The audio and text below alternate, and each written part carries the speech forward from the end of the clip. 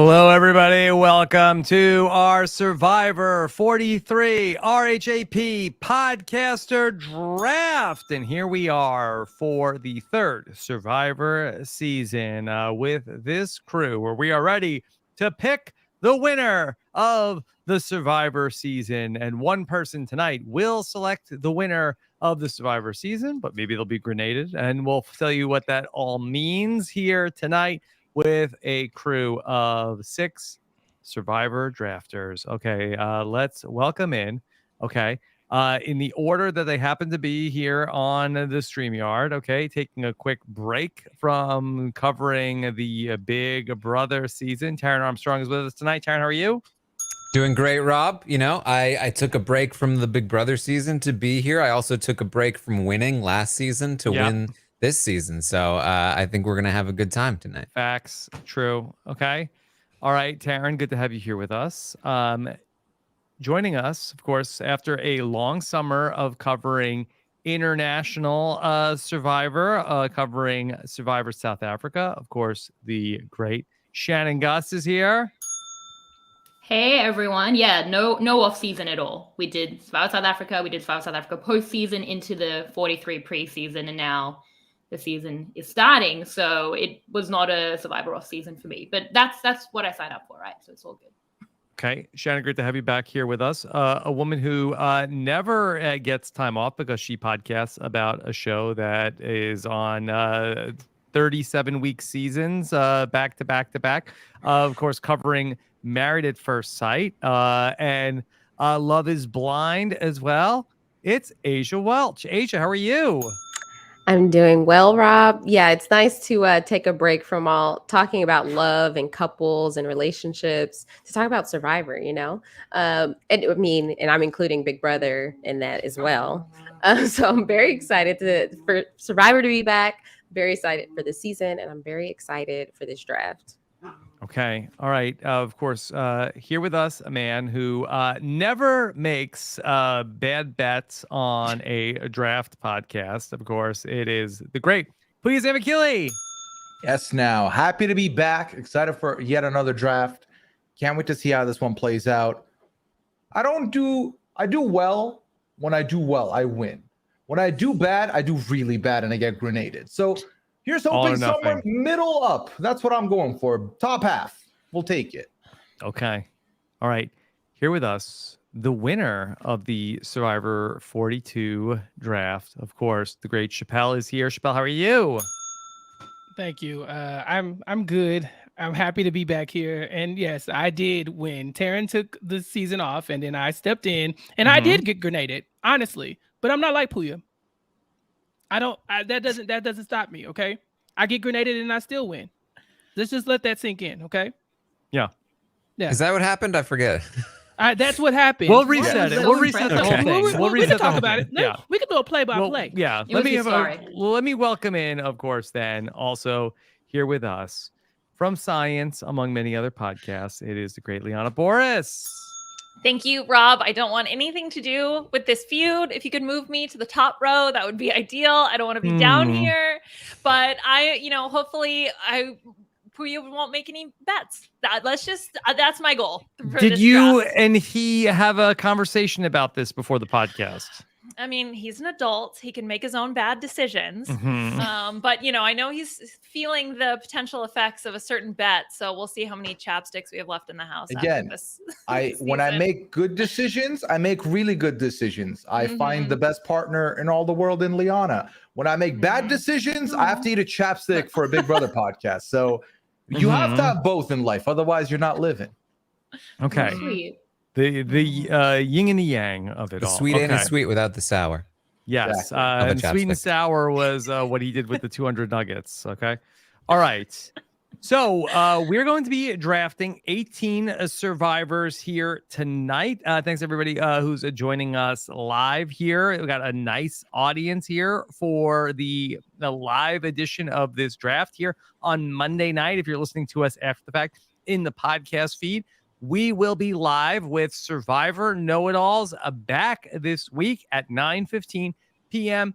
Eastern time. So hope you will join us for that. And I want to tell you tonight about something very special that we are doing here for the Survivor 43 kickoff. Of course, we are trying to get everybody ready for the incredible Survivor coverage coming your way. So we're doing something. I don't know. I mean, this might be a good Pooya idea. It might be a bad Pooya idea. Here's my proposal to you. If you subscribe to Rob Has a Podcast, go to robhasawebsite.com/subscribe. For every new subscriber we add in the month of September, we will be donating $2 to the Boys and Girls Club of America. Okay? New subscribers. If you're already subscribed, do you have an iPad? Okay? Let us know. All right. Let's see what we can do. I'll donate $2 for every subscriber that we add here in the month of September to the Boys and Girls Club of America. And we'll talk about that more as the month goes on. But let's get to the business at hand here tonight. robhasawebsite.com/subscribe. All right. So let's just reset. If you're just joining us, Survivor 42 had... we have a draft. We have some interesting rules here in this draft. And in the draft, the 3 seasons in, when people draft the first boot, they get a grenade and they are out of contention for the big prize. Now, there was a little bit of debate of who was the first boot from last season. And Chappell, do you want to explain what happened? Yes, we can talk about it. So I believe Aysha and I both drafted people who went home on the very first night. I drafted Zach, You Better Werdenberger. But Zach went home first, technically in the show. And also, Aysha's person didn't get voted out. They were medevaced from the game. So I went ahead and said, well, since my person was actually voted out, I am, of course, the actual grenade for that. You jumped on the grenade. As I should have. It was very noble of you. I did appreciate it. But if I've never told you. Oh, you haven't, but thank you, Aysha. I'm not kidding. But yeah, so it was the right thing to do. And because of that, the Survivor gods shined down on me. And they said, no worries. We have you covered, Chappell. You get Marianne and Mike. And they're going to get first and second place this season. And then that way, you are not grenaded at all. You win. And so I am the winner of last season. Survivor karma. You see? Wow. See? Incredible. Really the most amazing thing I've ever seen. As someone compared it to Chris Underwood, that's not what happened. It was unbelievable. It was the most impressive win in any competition ever. Thank yes, you. I'm not just saying actually, I think that goes to the New York Jets. But second to that, yeah, it was very improbable what Chappell was able to do. Now, did Chappell waste all his luck in season 42? Probably. But see, I got to bet it all on Marianne, and so that's not luck. You know what I'm saying? Anybody, I guarantee you, we all would have liked to have her on our team. I was just so blessed. All right. Mike was skilled though. That one, y'all couldn't have seen that one coming. No. Come on. All right. So with the win, Chappell gets a couple of things. Okay. The honors of being the person to make the draft order here tonight, which is the ultimate prize. Yeah. No. We've talked about the ultimate prize before. I believe when Taran chose Erica with his first pick, I believe, Taran, is that right out the gate? Yeah. He was promised a cameo from the winner of the season, and Erica delivered. I chose Marianne with my first pick, and I've yet to get a cameo from Marianne. So what's really going on here, Rob? Why are we here? Well, what do you want? You're here because you want a cameo? Want the cameo from Marianne. I thought that's what we talked about. All right. Hold on. Sam, could we cue it up?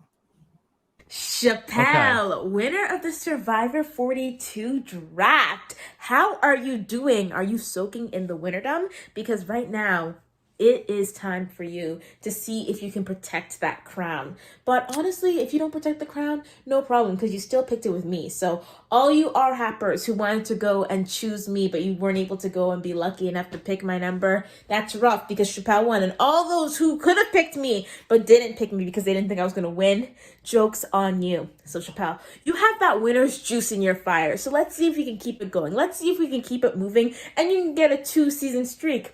If not, no worries. I'll still listen to you and your Apple Elementary recap because you know I'm a big fan of Apple Elementary. Gotta love Quinta and the whole team, but super excited to see how it goes. And yeah, Chappell, let's see how you do. So, Chappell ready. Let's start this draft. Yeah, this is why they never showed my Jeff impression on the show, but I digress. Y'all have fun, and y'all have fun watching 43. Bye. Boy, is Marianne auditioning for Jeff's job? That was amazing. I mean, I was like, give her a call. Yeah, it's pretty good. Okay, Chappell, do you still have the winner's juice in your fire? Yeah, I don't know. I don't know if I still got the It's flammable juice? It sounds like it, right? Okay. Yeah. Sounds pretty gross. Yes. Yeah. Thank you so much to our Survivor champ, Marianne, for putting that together for Chappell. Okay, so Chappell, you got your cameo. Okay. Thank you. All right. Mhm. And let's see what is going to be the draft order. Oh man, yeah. So I didn't prepare for this. I didn't. And you know, for the listeners out there, I have to let y'all in on a little secret. These podcasters are very competitive. I've been getting text messages, multiple, from people demanding that they get the first pick, or even saying, you know, who are you picking? Which order? Can I not be last? I've been getting questions. I won't air the person's out. Who did and that? I said Who did persons. it? I said persons, and Who I won't was do it? it. Persons. I can't do it. Persons. Yes, Multiple and- persons. Well, it wasn't Not me. Chappell, not me. That means it's 2 of the 4 of you. No, it wasn't me. I'm keeping an eye out. It wasn't me, so it's Yeah. 3. Yeah. Well, I'm Chappell, just just say saying. who it was. We No, just no, wanna no. know. I haven't. We just want to gang up on them. You know, I can't do it. I can't do it. I can't do it. Listen, I'm just saying, it's been multiple people and they wanted the spot, but I'm going to make this decision based on as fair as I can. I really am. I know Okay. I'm chaotic, but I like to be fair. So obviously I'm going first. Okay. Smart Yeah. call. Smart call. Smart call. Yeah. And I think since, like I said, the last season, Taran picked with his first choice, Erica, and I believe Taran was one of the first 3 picks. So, you know, I think the people in the first 3 picks have been doing a really good job of picking the winners. And some people have not been in the first 3 picks yet. And so I would like to give them a fair shot at picking the person at the top of their list. So when they lose this time, I don't have to hear that they didn't get the person that they wanted. So next we have let's do Lyanna. Yes. Oh my Okay. gosh. Okay. Fantastic. Thank you. He messaged you. That's it. That's the confirmation we needed. He's the one. I thought I That wouldn't seemed do like it. a yes, bother him. my efforts paid off more than it was a surprise. Yeah. Like, oh, She's like, yes, I Exactly. did I it. thought we weren't doing that because I thought We're that we were on the level. buddies. I yes, didn't think we're $50 well pre-gaming the spent. draft. My buddy. Let's see. Well, this is obviously between Aysha and Pooya. Last time Aysha didn't want to separate those two. I'll do it But this time. It's just like that's done. That's Well, gone. you heard it there. Aysha will be next. Then I Pooya. was the 6th. I was the last pick, and I got And now- double grenaded. How and do now I not you- get a higher pick here, Chappell? And now you okay? So switch with Lyanna. No, she can stay second. She can stay What? second. What was She that? can stay second. I'm sorry. So this is your decision, right? This is your last chance. I'll go 4th. It's fine. Oh, Yes. What are we doing Okay. here? Chivalry in the Okay. draft? Come on. Okay. Pooya, go to second People spot. accused me of being chaotic and Machiavellian when I had the draft order. Taran, you get to pick who goes last. Shannon, All do you right. want to go last? Why would he pick himself? Okay. You just picked me to go last. Can I ask why? Can I ask why I'm last? He said people. Taran is picking. Do you wanna Shannon, pick? what do you Terrence, prefer? give it Do you to- want to go before me or after me? No, Let yeah, me know. Wait, so is with snaking like 1, 2, 3, 4? It's like, a snake what- draft, so Yeah. you would get 2 So picks I- back to back in the middle, And then I'd get the last pick. Yeah. and then you get the last pick. We're, Yes. I don't we're want the last uncaging the Karen. snake draft tonight. Yes. Nice. The full Ooh. Monty, some would say.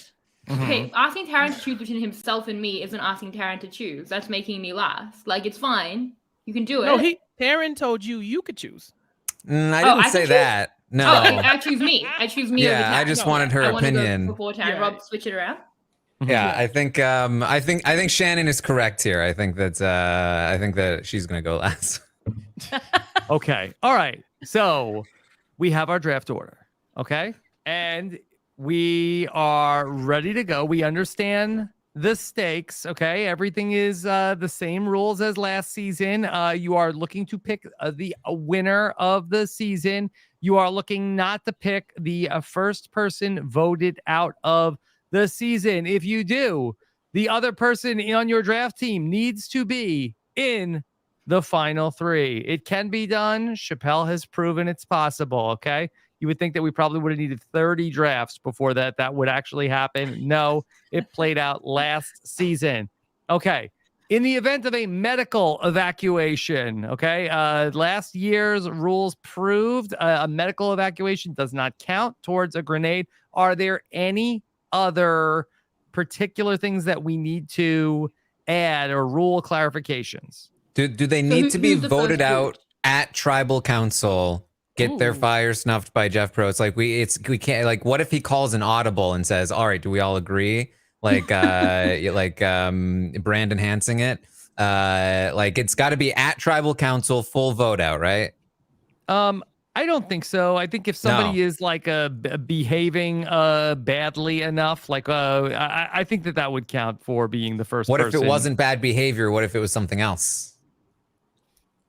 What if if give us an example? Like. Yeah. There's an alien invasion during the season. They're an imposter. Abducted? Yeah, and they get abducted. Yeah. Does that count as voted out or no? That? What if they came in under a false identity and they get found out?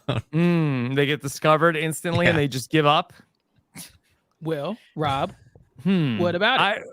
I think it's an interesting question. I think that is under quitting, and I think that I think a quit constitutes a first boot.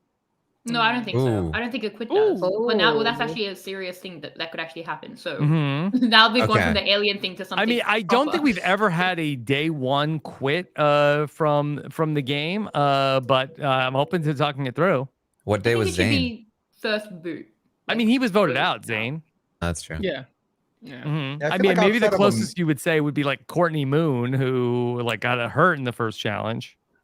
What if we up the stakes a little bit? Last season. Yes. What if one of your players goes home on the first episode? You are the grenade. Double grenade. No. Then there could be multiple grenades. Yeah, there There's could be always gonna multiple. be two people. It wouldn't be the grenade. No, it is going to be a 2-hour episode once again. Last time out in season 41, we did have 2 tribal councils. I don't know if we were working towards 2 tribal councils in season 42. We did it in season 40. Well, yeah, you're right. No, we were definitely going to have 2 tribal councils, and we're definitely going to have 2 now. And I don't think that we should do a double grenade. I would not say definitely about anything. I don't think we. I don't think we know. When it comes to the order of the draft, okay? Don't listen to him. Don't let him dictate what we do. I'm gonna end up drafting both of them again. None of you have to worry. I'm the only person that's been affected by this grenade negatively. It's bound to happen again. So don't worry, it's fine. I just feel like if somebody chooses to leave the game, I think that you have picked the person who got there, said this is not for me, and under their own volition said, okay, I'm out. To me, that's a grenade. Should we set up a council that will convene after the first episode to ensure that that the grenade counts as the grenade under odd circumstances? Sure. Okay. Third party, independently sourced, no horse in the race. Yeah. Who's our judge? We need to pick a judge. Well, can't it just be me? It can't be Sam. It should be Rob. It does be Rob. No. Okay. I'll make the final call on the grenade. Okay. The fact that Taran didn't even think that it could be Rob. He was here like adjudicating the draft. Well, I mean, I'm not going to argue, but I don't know if Rob is the most unbiased judge. I think we might need to call into question. He loves us all equally, Taran. I'm with Taran. I know I'm at the bottom of the totem pole with all of you all. So let's be very clear. Rob's gonna pick y'all over me every time, so I'm with Taran. Bring in nothing but Netflix. Okay. Yeah. Right. Okay. All right. We have 18 people to draft, so let's not get too in the weeds on what happens on a quit versus. Extremely important because it's definitely going to happen because both of these have been. We've had things thrown at us that we wouldn't expect, but there'll be 2 tribal councils probably, but it's the first tribal council we see. Yes. If there are 2 tribal councils. Because that tribe I think comes last in the challenge, so that's like more of a loser than the other Yes. Yes. Okay. Yeah. Let's establish that. Okay. Very fast. Chappell, please get us started. Okay. This is really hard because I think a lot of these people have like really good chance, or they sound good on paper. I do think that there's a lot of fans, and fans that I've been watching this for years. And so it was like, which one do I pick? And so I struggled with this. I'm not even lying to you. This was tough. I looked at the people on the board and I narrowed it down to some people who I thought were fans of this podcast. So I decided to go with RHAP patron Owen Knight. Okay. Owen Knight, first pick off the board. Okay. And it's a good one. Tell us about Owen. Owen Knight sounds like he was made in a Survivor factory. You know, he is like Malcolm, but he's super smart. He's a big fan. He's got I kind of relate to him in a lot of ways. He works in college admissions and stuff like that. I've been working in education for a very long time. It's like the vibe. And I think that this is an early pick for most people's drafts. He seems very knowledgeable. And like I said, he's a part of our own community. Last season, I picked Zach Wartenberger because he was a part of our community. You also picked him. And also to spite Shannon. But this time, I picked Owen to spite you all. So that's why I went with Owen. Okay. All right. Owen, I think it's a good pick. Does anybody want to give the counterpoint to Chappell making Owen the number one pick? Owen was going to be my pick. He's also the only one I've met on the cast, and I know how charismatic and effervescent he is. I know what it's like to be with him in person. He just came back when we had coffee one time. He was wearing an ugly Christmas sweater. He's just such a character, such a fun person, and I feel like that's really going to translate in combination with his Survivor knowledge. I think we need more backstory on this. Why are you best friends? No, we're not best friends. No, that's what I heard. No, okay. Taran's starting rumors. I want to cut this thing off before it gets out of hand.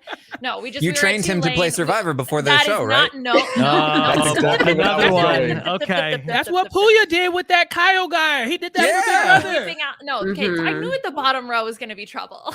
I'm flying to Texas tonight, Chappell. We're hanging out. We're having this conversation. So here's the thing. My best friend JL, who I met back in University in Ottawa, I just saw him this past weekend as well. Him and Owen went to high school together and we're good friends in high school. This goes so deep. Best friends. What did I say? So they were both on the rowing team. And when I asked them a little bit about that, Jill had said that, rowing's a 12-month sport and, you have to keep going. Most sports go for 4 months in high school. They were in it the whole way through. It's like a group of 12 of them rowing constantly. There's a lot of communication. So he said that physically he's going to be fine if he's kept that same energy. And I think it's safe to say he's very athletic. He's going to be able to keep that same level going. Very social guy from what I've heard, both from Liana and him. He was easily my first pick here too. So I feel like same page. Yeah. He wasn't my first pick. Or go ahead. To say your friend and Owen, they row each other. They row each other. Sorry, I hope he's watching this because he will not get that reference, and I'll get a text about it later. I want to know how many ugly sweater interactions the two of you have had with Owen. No, I've had 0. I've not met him yet. Yeah, Liana? no. Wait, so you know him through your friend, but Liana has met him. Yes. Are these two separate knowing each other's? This is not important. This is not important. Yes, they are. It doesn't matter. Anyway, he was the best man I'm at the excited wedding, for wasn't him, but that also means that my faves get screwed over. So I'm sorry. Owen. Yeah, and weren't you guys also on a plane with Voce? Oh God. Okay, That did happen. That was weird. That did happen in December after 41. Yeah. Is this like the reverse Chantel, where if you have a connection with them, they don't do well? No, well, he did. No, Voce, first of all, I have no connection with Voce. He did poorly. Then we saw him on our plane. So we have no connection there. Okay. Yes. After the fact. Wait, Pooya, did you tell him on the plane that you bet that he would not make it to the end of the game? No, and you Liana accosted him. I kept distance. I was like, no off chance that he knows anything. He probably saw it. I mean, come on. Yeah. Yeah. Aysha, did you want to add something about Owen? Yeah, he just wasn't my first pick because he said it himself. Like, people are going to look at him with the long hair and immediately think of woo. And I think that, because he is athletic, he's easily going to show why he's a threat. And because there are so many fans on this in this season, I'm just concerned. I think people will target him early. I think that, he may be a great Survivor player, but I don't think that means that anyone else is not going to see him as a threat and want to get him out.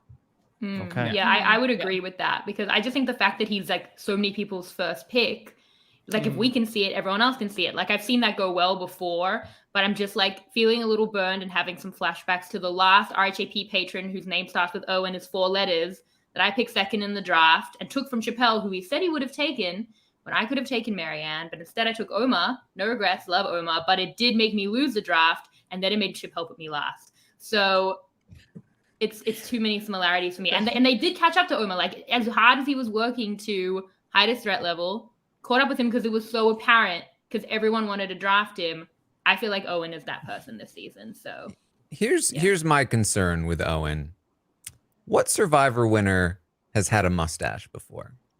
I mean, yes. pretty much Think about it. Every man that won the game. No, I'm talking before, like we're talking mustache as a fashion statement, not mustache as in, whoops, I can't grow a beard, so it just came in with the mustache. Yeah, I think that's why everyone has a mustache. Facial hair strategy. Interesting. Yeah, It's a I don't rare know. opener. Aaron makes a good point. I mean, Yeah. but this can be a season of first. We've been dropping the 4, keeping the second number, whatever year it is or whatever. And so I think this time all bets are off. If we want to bring in somebody who's using a mustache as a strategy, then I'm going to vote for that person. And so I think that Owen will be fine. But yeah, Taran, of all of you, made the best point. I am a little concerned now with my first pick. Okay. All right. 1 pick down, 17 to go. Let's go to Liana for the second pick in the draft. Okay, so I am picking someone who defended his PhD thesis 3 days before flying out to play Survivor. It is Jesse Lopez. Okay. All right. Tell us about Great pick, Liana. Jesse. Great pick, Liana. Yes. Great pick, Liana. Thank Okay. you. So I think Jesse was high on a lot of people's boards as well. He talks about this mix of the street smarts and the book smarts. He says he's somebody who has had so many different life experiences, going from a gang, then to going into academia and doing something like getting a PhD. I think that he is in it for, he's passionate about his family. And he, mentioned he's similar to Tony and Jeremy because of the family part, which, I don't know if that's like the best thing that if you're going to say you're going to play like Tony. But anyway, I love that he's got that other reason for playing. And I think that that's going to help keep him grounded throughout the season. And it was actually in reading the bio, and his bio was like so cocky. And then his interview with Mike was so personable. And I feel like the cockiness in the bio was definitely like, here's how I'm going to get cast. And you know who else did that? A certain Big Brother Canada winner who came in is like, I'm going to be, so cocky. I'm going to take out your faves. And then was, able in the house to be themselves. So that's why I'm going with Jesse. Okay. All right. Jesse is on the board for pick number 2. Anybody not feeling as high about Jesse?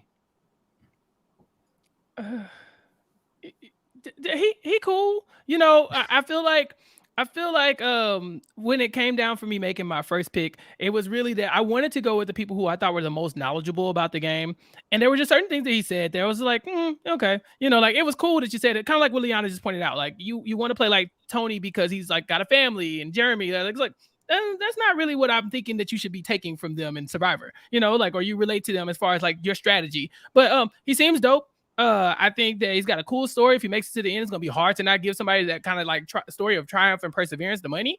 So if he makes it that far, I also think like I worry about this type of Survivor now, where we got a lot of these like super challenged people, right? Like in like last season, we had Jonathan and Lindsay just out here doing amazing things, and I was focusing on like, do we have anybody on this cast that could probably do that? I don't see one, but I definitely thought that he could be maybe like a weak link in some of the challenges, and so that's what my trepidation was. But by no means do I think this is a bad pick. I actually really like this. See, I like that he's like a family man, and even that he connects that to Jeremy and Tony. I love those aspects. I mean, I think obviously Jeremy, that stands out as like one of the biggest moments of his like Survivor career, is like talking about his son. And for Tony, I feel like it's underrated. Like one of my favorite Tony moments is when his friend comes out instead of his pregnant wife or his wife who had just had a baby, and he's like so upset and it's so awkward for his friend. Like I feel like a lot of the basis of Tony is that he's doing it for his family, and that's what makes that's what roots like the crazy gameplay and something more meaningful. So I feel like that's what he has, and I definitely think this is a great pick. This was probably like a top 3 pick for me, but unfortunately it's gone because I'm here at 6. But I do think Lyanna was an amazing pick because he's a very well-rounded player. Like I don't see many gaps for me. I think that he could kind of have everything a bit on lock without being like too threatening either way. So yeah. Very good pick. And I feel like, especially, listening to all these interviews, it's very clear the Netflix effect in full, where a lot of references from the 2 seasons that are on Netflix. We got Micronesia, and then we've got David Goliath. So to hear someone say, and a lot of them also had the same story of, during the lockdown, during the pandemic, I binged the show. And to hear him mention, binging everything and then watching some international stuff too, I like that. Especially with the last couple of seasons, there's a lot of new things that they're trying to throw in. You got to be ready. You got to have that mind nimble for anything that comes in. And to have like even a little bit of idea of all the stuff that you've seen, that could come in handy. Okay. Anybody else on Jesse before we move to Asia's pick? Okay. All right. Owen and Jesse are off the board. Asia, pick number 3 is yours. So I'm going to go with someone who just immediately put a smile on my face when I listened to them talk about themselves, talk about what has happened in their life, and just exude this personality. And I think it's going to be a great benefit that this cast has not finished season 42. And so I am going to go ahead and pick Mariah. All right, here comes Mariah. Okay, Mariah Young is the pick from Asia. Okay, what else about Mariah did you like, Asia? So she's 28. She's from Philly, and she is a teacher. I think people really underestimate the amount of patience that teachers have. My mom is a teacher, and I hear about it all the time. No matter what the age, teachers have a lot of patience, and I think that's going to help her a lot. Even though this is, we're working with the shorter season, I think, we see a lot of impulsive gameplay from some people, and I don't think that we'll see that from her. I can really relate to her pet peeves. She doesn't like negative Nancy's. She doesn't like Debbie Downers, and she doesn't like bullies. I mean, can't we all agree on those, right? I feel like a lot of times often negative Nancy's and Debbie Downers, I feel like there's a lot of overlap there.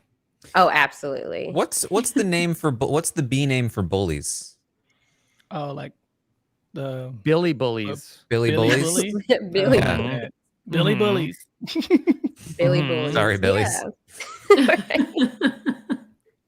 I just find it. I would find it very hard to see a situation where she's not likable. She seems. I mean, the fact that she's 28, she seems very mature.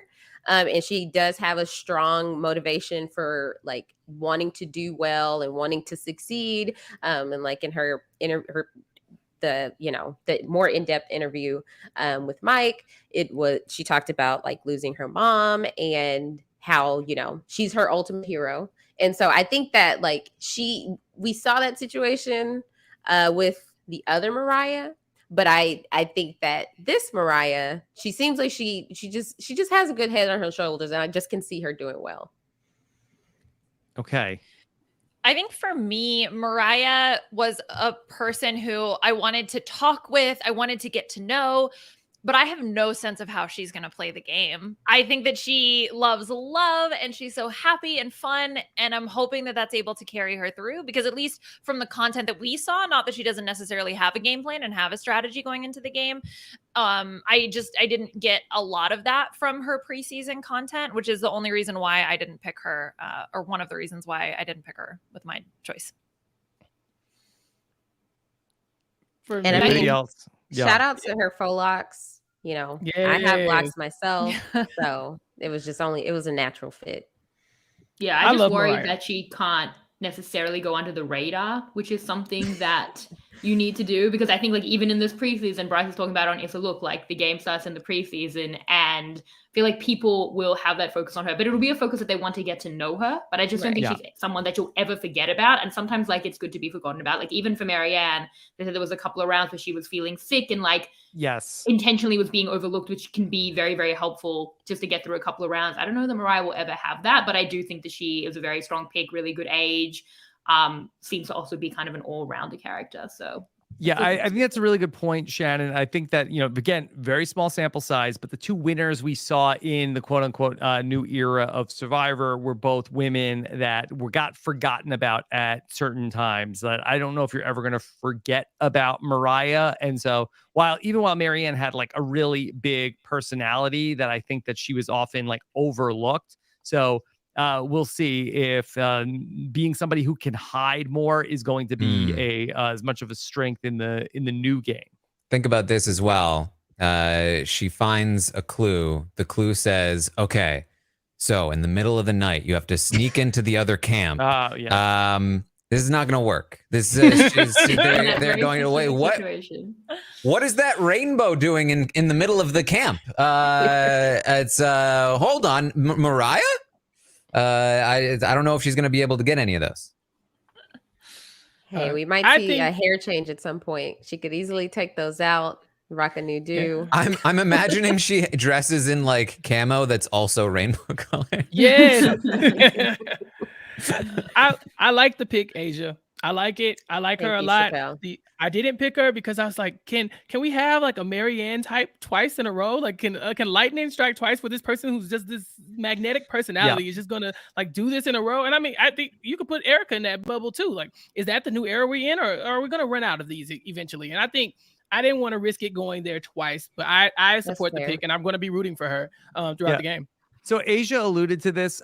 These players went to go play season 43 in the middle of Survivor 42. So while they know who the Survivor 42 people are, they did not see the end of that season. And I can tell you that at least way back when, they did not tell you the outcomes of seasons of like, hey, so whatever ended up happening in season 42, they won't tell you unless somebody slips. Do we know what episode was the last episode they watched? I don't know. I know somebody referred to Drea as sort of like having all the advantage queen, and so that it must have been sometime around the merge, I had to guess. Like before the fall of Jonathan, perhaps. Well before the fall of Jonathan. Yeah, okay. So yeah, that's worth noting. All right. What? Because Mariah has the same last name as him? Oh, I didn't even notice that. Oh my God. Yes. Okay. You caught me, Rob. I'm really close on these details. Pooya has the 4th pick overall. And Pooya, are you ready? To be honest, yes. I think I know who I'm gonna pick, but the difficult thing of being in the middle here is that the first 2 picks were my first 2 picks, right? So then I'm in a position where I like the next 3 or 4, but now I'm sitting here thinking, just don't pick the grenade. They're all great. Just don't pick the grenade. I'm gonna go with someone here that I feel relatively good about, and I feel pretty good about, actually, to be more honest. I'm gonna go with Ellie. I'm gonna go with Ellie here. No. Yes, and that makes it even sweeter. Hearing that from Shannon. I've won the draft. Thank you, everyone, for coming through. In fairness, Pooya, that the one of the people that got the loudest reaction from Shannon in last season's draft, that she begged Chappell, don't pick this person, was indeed the grenade. It's very true. Yeah, but it also gave him the karma to then win. So if he hadn't picked Zach, it wouldn't have been. Well, yeah, but also if it hadn't been a weird situation where he was able to do a good thing, then I don't know. I don't know how it would have gone. But to be clear, Shannon did have the opportunity to pick Zach. It, Chappell.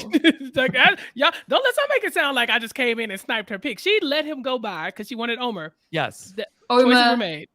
Yeah, Okay. Oma who came 6th, and he was really good. Like, Yeah, I'm paying for okay. it now, but I will also add, if it's any consolation, we will get to hear from Zach Wertenberger on Thursday when he will be my guest to recap the season premiere. So it'll be fun to catch up with Zach. We'll ask him That's how it felt to amazing. be the grenade in the draft as well. Aw. Okay. Oh, Lord. All right. But Yeah. Pooya, let's get back to Ellie. Yes, back to Ellie here. You know, I was listening to Ellie and I felt really good about her. I wanted to hear more from her. And automatically for me, that's a good omen. And then looking under the hood, looking on the bio, looking what's going on there. I like the occupation she's bringing in here. We got the clinical psychologist in the building. I did enjoy hearing some of the strategies that she wants to put down. That made me feel good. If a friend of yours tells you remind them of someone from Survivor, and that's Michelle Fitzgerald, that's a good comparison in my books. I can't confirm that that's going to be, I'm going to see that, but that's a good enough, that's an endorsement that I can get behind. I like that. I don't know. I feel like she's going to pick the game up pretty well. I feel like she's going to adapt really well. I think she's recognized that advantages and stuff are pretty important. So if she's not looking for them, I think she's going to have an eye out for them and try and detect stuff. That's, I'm probably talking a lot more out of, the things I saw. I'm talking more about it, but the more I'm talking, the better I feel about it. So maybe I should stop myself before I get too confident. I like my pick. I'm happy with this. Okay.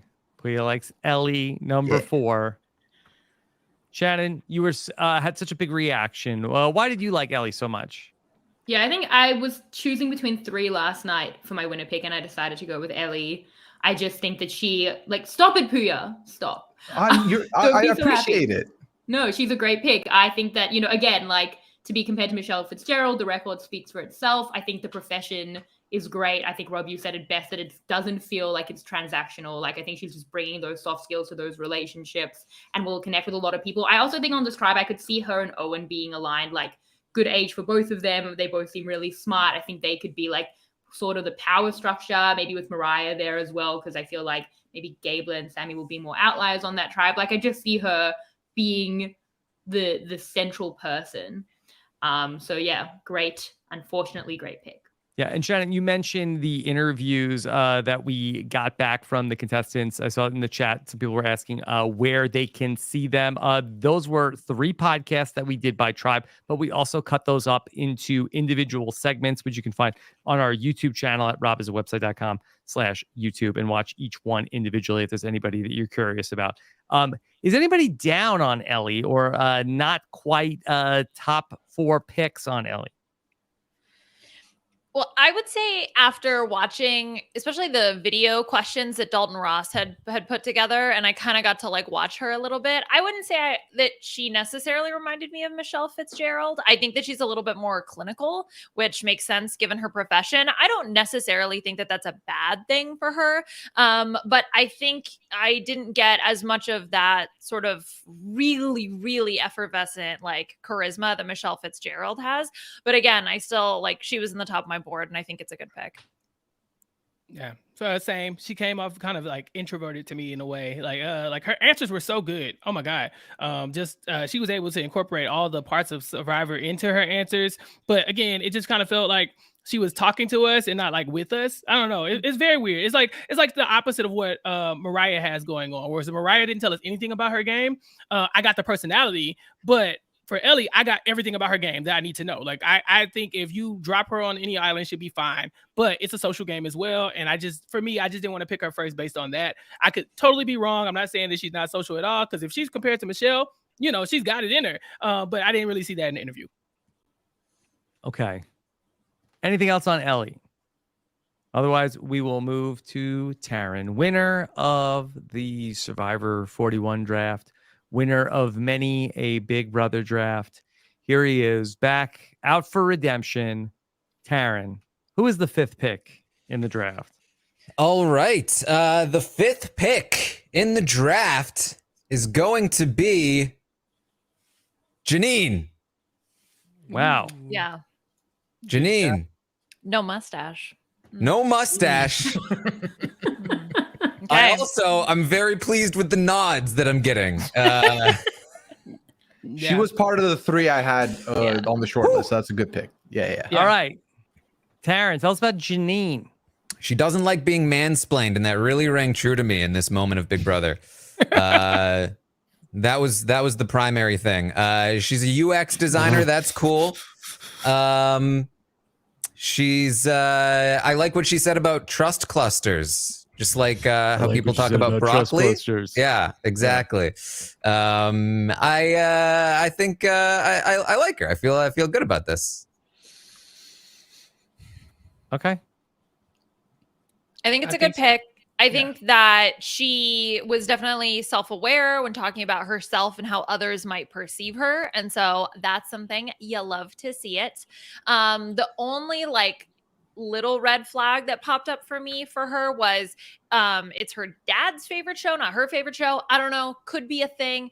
And then also the not wanting to embarrass yourself, which I do appreciate, but I just hope that that doesn't mean that she's going to play scared because she just doesn't want to, you know, make a fool of herself on TV. Make a fool, girl. Yeah, we don't care. Yeah. We love it. Yeah. Okay. Yeah, I like the pick. She was like my top 5. Mhm. Top 5 baby. Okay. Top 5. Yeah, I liked her too. Yeah, she seems like she's pretty cool. I think I try to look for like a specific age range when I'm looking for my Survivor player. Not to say that Marianne fell in that range, but we had a little like it was some wonkiness with the ages last season. So I'm not gonna immediately go to a 24-year-old when there are 30-year-olds on the board that are like equally interesting as players for me, and so that's why I didn't pick her first. But she was on my list, very high up on my chart, and I'm happy that Taran got her. But I really wish it could have been me. Yeah, I think one potential downside. She apparently is a Green supporter, House of the Dragon fan. She says she's green, so got to be a little concerned about that. But yeah, I think she's got some promise here. I do think she is a little young, but I think that we've seen in this new era of Survivor, it doesn't really matter, and it's anybody can take the crown. And it's good to note that she's not the youngest on her tribe. Like that's a good middle spot, good spot to be. Yeah, And yeah, a lot to now- like. Yeah. Now 24 in Survivor, is that young? I feel like that's on the cusp. Like being okay, 19 point. is young. Yeah, with Jeff trying to get children on Survivor at this point, you're right. 24 is like an old ass lady. I mean, like I'm 3 times these people's age at this point. I saw her as a bit young. I think for Marianne, obviously she was young, but it was something that she was consciously factoring in at every stage because it was important and because they were seen in that way. So I think that it's something she can overcome. It's just something she'll have to be like intentionally doing because it won't just go away by itself. So that was one little thing for me. Just from an age perspective. But I also think a key element to Marianne's win was just how good she was at explaining her game and like the moves that she was making and sort of selling herself. And I feel like Janine is also good at that. I feel like the way that she explains things just sounds impressive. And I think that that's a very valuable skill to have, especially in Survivor. Okay. All right. That was pick number 5, Janine. Shannon, you will have 2 picks in a row. Yeah. That's pretty good, right? Well, my only 2 picks in a row. Yeah. Been there, Shannon. And how did it It's go not bad. here? That was fine. I did okay. Did you Wasn't win? the grenade. Yeah. That's not a win though. That's just not being the grenade. Okay, well, Shannon, as 2 non-winners, you and I can relate now even more. No. Do you think that I think that this is happening because everyone's feeling the vibe that now that we have 2 winners, there's like a little bit of a winner circle, and the rest of us non-winners are like becoming a bit embarrassing. This isn't the challenge. We don't have a winners alliance. Right. It's not like me and Taran have a group chat with only us 2 in it because we're only 2 who won. God. See, this is my concern. Like it feels that they're affirming something that I'm saying. Can we vote people out? Is that allowed? Yes. If we get a majority consensus. Yes. All right, Shannon, the pick. Okay. Yes. So I thought I'd come in and I don't have any notes. Don't have a draft order. What? Yeah, I had a nightmare about it last night. Couldn't sleep. Ooh. I don't believe it. I thought New strategy. I thought that I would listen to all of your interviews with Mike, and it was 9 hours. But then I thought I would just go on vibes. And I had like a top 3, and 2 of them have been taken. So now I have 1, but like the vibes thing is actually extremely nerve-wracking for me because I don't know who else. So first, I will take James. Okay. All right. Yeah. Let's talk through James. All right. James Jones. Yeah. MC. Okay. Here he is. Tell us about James, Shannon. James stood out to me. I really liked his interview. I thought he came across as very likable with again, very varied life experience, 37. So he's kind of been in a bunch of different environments. I thought he could relate to a lot of different people. I thought he had a good handle on the game that he would want to play. He mentioned Earl, for example, who's obviously again, I'm trying to look for these stable characters, which I honestly think that a lot of people in this cast are. That's what makes it really hard. It seems like a very consistent cast to me, where a lot of people could do really well. But I just thought, just from the interview, he seemed likable. I don't think he'll be first boot. I don't think he'll necessarily stand out as a massive threat that we need to target. And I think he's someone who could kind of, work his way to the end that way. So that's my pick. Okay. All right. Here's James. I'm pretty high on James this season. Okay. How's everybody else feeling? He was in my top 3. Oh, okay. Yes. I feel good now. He was in my top 3.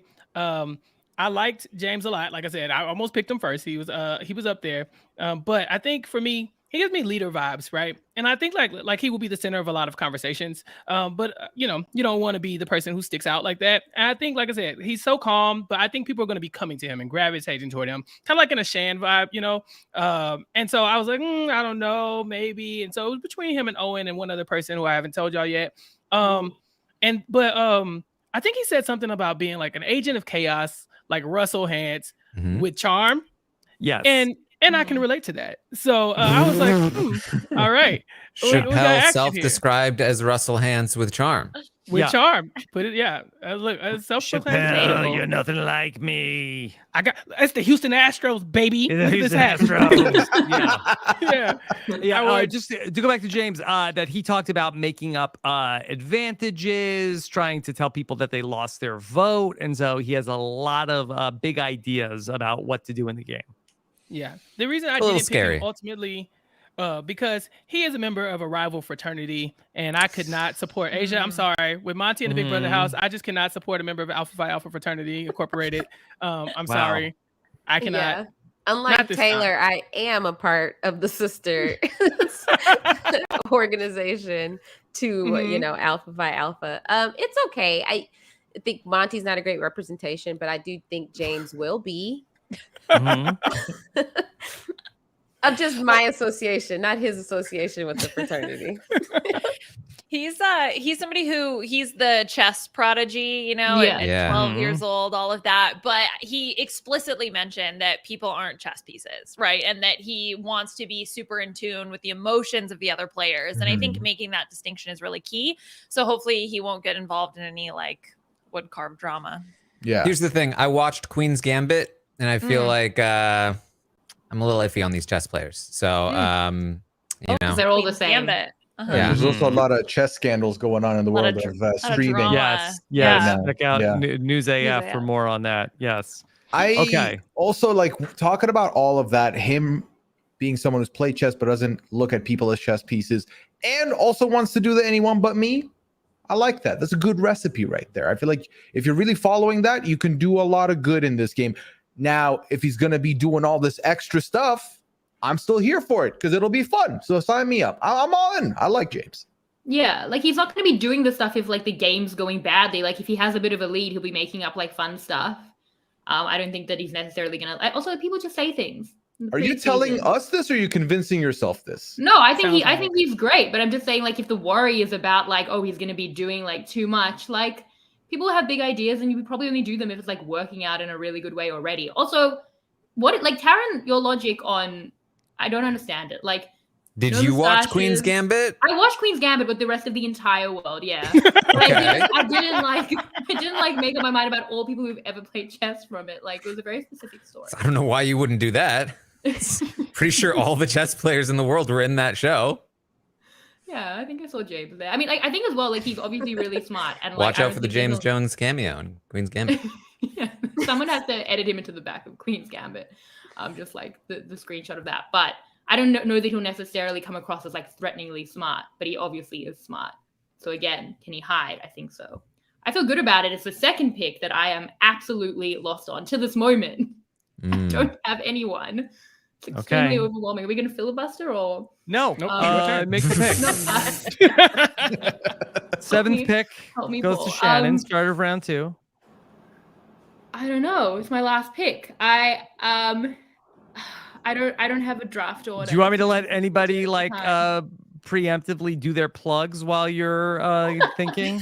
Yeah, okay, let's bring Mike. While you're waiting for Shannon to make her pick, go find. I'll be streaming on twitch.tv/Taran Armstrong while she waits. I'll do a full rundown on who we think Shannon is going to pick. We'll make some predictions. It'll be great. Who do you think, Taran? Masked Singer. Let me know. Let's see. I think you should pick. No, not who I should pick. Who you think I'll? Who I think you'll pick. That I really don't know. I mean, I was about to just make a random guess. All right. Order. All right. Shannon. We'll have a draft order. You can and you will. All right. We need a pick here, or then we will move to Taran and then come back to you after. No. That's not how a fake draft works. Yes. That's not how this is my So hold on, what's the ruling on me continuing to intentionally delay Shannon? Do I still get the pick? You need to turn on a clock. Yeah, come on. Yeah, speaking of chess. Got someone I really want to pick, but I'm really worried about the grenade. So this person is someone I'll pick, but it does kind of concern me from a grenade perspective because I think they could be underestimated, which will be good from a win perspective. I'll risk it for the biscuit and go with Cassidy. Cassidy. Okay. Ooh. Let's talk about Cassidy, who was Bryce's pick on Issa Look. I'm not up for that yet. Well, then I feel great. Sorry, spoiler alert. Okay. Yeah, that makes sense. It was a good photo. Yeah. Yes. So, no, it's one of the best photos. Like she was giving everything. You yeah. Like there's a wind machine behind this woman. Incredible photo. But Shannon, besides the photo, what are you liking here about Cassidy? I really like this whole tribe. Like, honestly, I was choosing between 3 people and they were all on this tribe. I don't know if I don't have another pick so I can give away my secrets. You do have another. Well, I guess you will get another person, but yeah. I'll get another person. I don't have another pick. So this is it. And I thought Cassidy, 26, good age. I know she comes across maybe a little bit younger, but I think she'll be underestimated, which I think is very good for her. But I think she has the skills to get through. I think she seems like a really big fan. She seems likable. I could see her connecting with a bunch of different people in the tribe and also just a bunch of people in general. There was no like red flags to me that stuck out as other than the fact that I think she could be underestimated and go early from that. Like, I don't want her to be like, was it Sarah in season 41? I was very high on her. Probably could have picked her. And then obviously she went very early. But other than that, I think she's got a lot of potential. So I don't know. Okay. Any concerns here about Cassidy? I loved her vibe. Like, I just wanted to hang out with her. And I'm just hoping that other people feel the same because I think she does have ideas of strategy of, she knows that she needs to be adaptable. She talked about, that what she's looking for in an alliance partner is someone who's willing to make calculated risks, which I really like that. But like, who doesn't want someone who's going to make calculated risks? Whatever. I loved her energy. So I was sort of just disregarding all of that because I just would want to vibe with her. Yes. And I was going on vibes. I specifically said drafting on vibes. So that was it. Very vibe pick. Very vibe pick. You. Yeah. Mm-hmm. Well, even if you just take what she said in her bio, in consideration, she says she's a triple threat, physical and like she's going to be strategic and competitive. And she's got it all according to her. And so if that's true, then not only does she have vibes, but she has the total package to win the game. So I don't think this is a bad pick at all, Shannon. Okay. Anybody not down with the vibes? Not vibing. The vibes are there. I like the vibes. I don't know if I would have picked here, but also Shannon's going back to back, so I can't fault her for that. Yeah, it's a fine pick. Okay, yeah, won't get back to her. Okay. All right. So then, Taran, you are up. Okay. Taran, was this going to be your pick here at number 8? Clever of you to assume that I had a pick. Okay. Oh, good. Can I do the plugs now? Can I take Taran's pick? I have a pick now. I'm not Shannon. I'm prepared. Come on, guys. I'm last in the draft order. and I feel really upset about everything. Here's my Taran- pick. Taran's go watching ahead. It's the Look right now. Trying to figure out- Somebody looked at my tweets earlier. But I looked at the tweet, but I'm 30 minutes through It's a Look, so I hadn't connected those dots. All right, Taran, but- pick my pick now. There, I sent it to you. All right, here's Pooya's pick. I'm gonna pick Lindsay. All right. Lindsay. Lindsay. Okay. Yeah, Lindsay. She's 42. Like a little bit older, but not by much. Than sort of like that 30 age range. Yes. But she has a youthful energy to her that I think is gonna help. She's a pediatric nurse. I feel like you've got to have a really good bedside manner to be a good pediatric nurse. I feel like she doesn't like people that cut in line. Who doesn't? Who doesn't hate people that cut in line? Doesn't like smacking gum. That's a little iffy, right? Because we might get some annoying noises out in the island. But she's competitive. She just feels very friendly. I think she's got some potential here. Yeah, it concerns me that of the reasons why she would be the sole survivor is 20 years worth of reasons. For It's example, too many reasons, Aysha, to show you in just one answer. She's got efficiency. I'm just at a loss. I don't know what to do with that. Yeah. So So 20 Lindsay, years worth of bad reasons. well, at this point, it means well past 20 years, 22 years worth of. Mm-hmm. Yeah, she's a big fan. Like Lindsay's the person I really wanted to pick. She's up there as a preseason favorite for me, and she was the person I was mostly struggling between with Cassidy. Ooh. I think the issue I have is society. And Survivor can't do That's the mom society. thing. They have Gets such a me weird every thing- time. Yeah, and it's society's fault, but like they have such a weird thing with moms about moms playing the game, and that's the game Lindsay's going to want to play. Like she's going to want to be strategic, and I don't know if we as a Survivor society can allow that yet, because it seems to be something that people continuously have an issue with. So I think think we're ready for a mom winner. We can and I we think will. we've prepared our society. I think know what we're we here have. for it. I want to live in that world. I want it to be true. I think she's super smart. Pediatric nurse who's a RHAP patron. Like, what a dream of a castaway. Mhm. Seems so kind, so like a great job. But and she'll be aware of the mom thing, and she'll want to tackle it head on. And I think if anyone can do it, she absolutely can, because she'll know that, and she's going to address it and deal with it in that way. I just don't even know if it's possible. Yeah, Because that's how weird society is about it. Yeah, what I always say, Shannon, is be the draft pick that you want to see in the world. Mhm. And so that is the philosophy that I live by. Yeah. The new era hasn't exactly been any sort of like a radical change for what we saw from the old era for the Survivor moms. I mean, we really just saw, Tiffany, who wasn't in the end game to really get a sense of how players were going to judge her. But you had Heather, who was often talked about as somebody who probably couldn't win if she got there. And then in Survivor 42, Mariah. you had Mariah. And did we have any other moms in Survivor 42? I'm trying to like run it back in my head, and I don't even know if we had a lot on the show. I'm presuming Jenny, but she didn't make it that far. So yeah, we have not really seen anybody break the mold yet. Yeah, well, the issue is, so the mom debate is obviously that people don't like to be blindsided by their mom, or by moms. Like the way that Not mothers great. are treated in general. I like that's a sticking point that I don't know that the new era, like there's anything in the new era to really overcome that, other than the fact that we are now aware of like how unfair that is and how it should be okay. And I think we did see that with Erica, that people were like, we can see patterns that are forming and we want to do the opposite to that. So you might have fans who are jurors who are like, no, you were allowed to do this because we've spoken so much about it, like in commentary, and because it's like a part of the dialogue. So I think that's the best thing.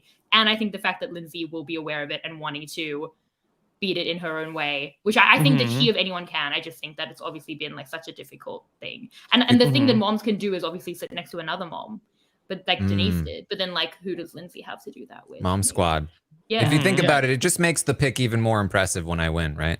No, No, I would be amazing. It'd be like Marianne winning for Chappell. Like, right. I wanted to pick her first. She was the third one in my top 3. Oh, yes. wow. I did not pick her because of what you just said. You know, like typically they don't give the moms a fair shake. And like, you know, and like they're looking for a first boot, they're gonna look for the older person. But this person knows that, you know, she knows it, and I think she's gonna play into that. Yeah. The problem here, the one thing that I really had to deal with though, is she said I'm unapologetically a super fan. You know, our super fans, you got to go in there and downplay that. You know, like unapologetically. Like, you got to be apologetic. Yeah, you got to come in and be like, super fan? What super fan? What are you talking about? Yeah, but if she comes out the gates with like, I'm gonna be the first winner since Denise, and people are like, who is Denise? It's been 30 years. You know, like you can't just be bringing up, you know, what is this super like fan shaming? You know what? If you're listening to this podcast, never apologize for your fandom. Be proud of it. Unless you're on Survivor, and then apologize and pretend that you're not a fan. You don't want to raise your threat level. And so, but everyone are fans. Listen, not everybody's a fan, and we're gonna get to them soon. To me, Lindsay, but so first of all, she's only 42, and also she doesn't give off later days energy. She is like so fun, just like looks really friendly, seems very enjoyable to be around. So I think like, yes, of course there's all those negative stereotypes there, but I'm hoping that she can combat that because of just her very youthful and joyful energy. Yeah, Lindsay, the next oldest person, like there's someone 36 and 37 in her tribe. That is not that big of an age gap. 5-6 years is not a lot. And I think someone who's watched the show is very attentive to the show, has been taking in content about the show throughout the last couple of years outside of the show, will know going in, if I'm the oldest or one of the oldest people here, I know how this song and dance has gone before. I'm sure she's thought of it. So I feel like she'll be fine. I feel okay about her. Here. Yeah. I mean, it's not an age thing for me. Like, I think she's naturally, obviously, a carer. She's a pediatric nurse as well. So I think that she's going to, and people will be drawn to that, and she's going to be caring for everyone. But it's like, can they respect it if she turns around and plays the game? Because that's something she's definitely going to want to do. I think it'll be a great season. Like, if we as a society get to that point, I think we'll be in a good place. So, Taran, if you win the draft on that, remember I said this for the next draft order. Ready pre-gaming, because that's what we do. But also, I wonder if Lindsay ultimately ends up being the winner of the season. I wonder if we see a season where more older players, more later days, make it into the jury and are voting on the winner. Going back to, it was 10 years ago this fall that Denise won, the fall of 2012. And just looking back at that jury, you did have, a few players that were on that jury also that were later days players like Penner, like Jeff Kent, artists. And so, it wasn't like a ton of kids that made it to the jury in that season. And also, not to age shame, but everyone in the final 3 was. Yeah, I was gonna say. Okay, this is so bad. She's 42. We need to. Denise made a good decision. She went to the final very young age. Scoopin and Lisa Welchel. Okay, so if this person can find their Scoopin, we're gonna give her the money. Find your Scoopin, Lindsay. Why would you put that in the universe? All right, Chappell, who's the Scoopin of the cast? Nah, moving on. Pooya. Yes. Taran should be ejected from the podcast. Okay. Taran's my boy. He knew I was gonna say it too. Pooya, do not pick my pick. Okay. I'm gonna pick your pick. I'm gonna do it. All right. So Taran did not pick the person I wanted to pick. I'm actually quite surprised they are still on this board. I'm very excited to pick this person. I loved everything I heard them say on the podcast I listened to. I'm going with the one and only Carla. Yay. Okay. So happy. All right. And Carla. Wait, Aysha, was that it? Aysha, that didn't feel happy. I literally was, as Chappell and Liana went, I was going back and forth. Mariah, Carla. Like, it was literally game time decision. So I'm so happy for you. Thank you. Okay. Thank you. Happy for you. Let's let Pooya tell us about Carla. What's not to love about Carla? I felt very good listening to her talk about how excited she is to play, talking about representing, talking about what the show, what she wants to, put on the show. Loved it so much. As a person of color hearing someone talk about code switching spoke to my soul, going into different groups of people, changing up the language, changing up how you speak depending on the environment. Loved all of that. I think that's a great trait to have going into a show, a game like Survivor.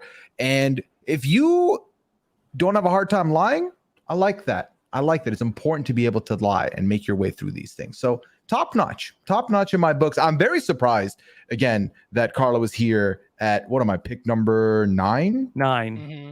I'll take it. I'll take it.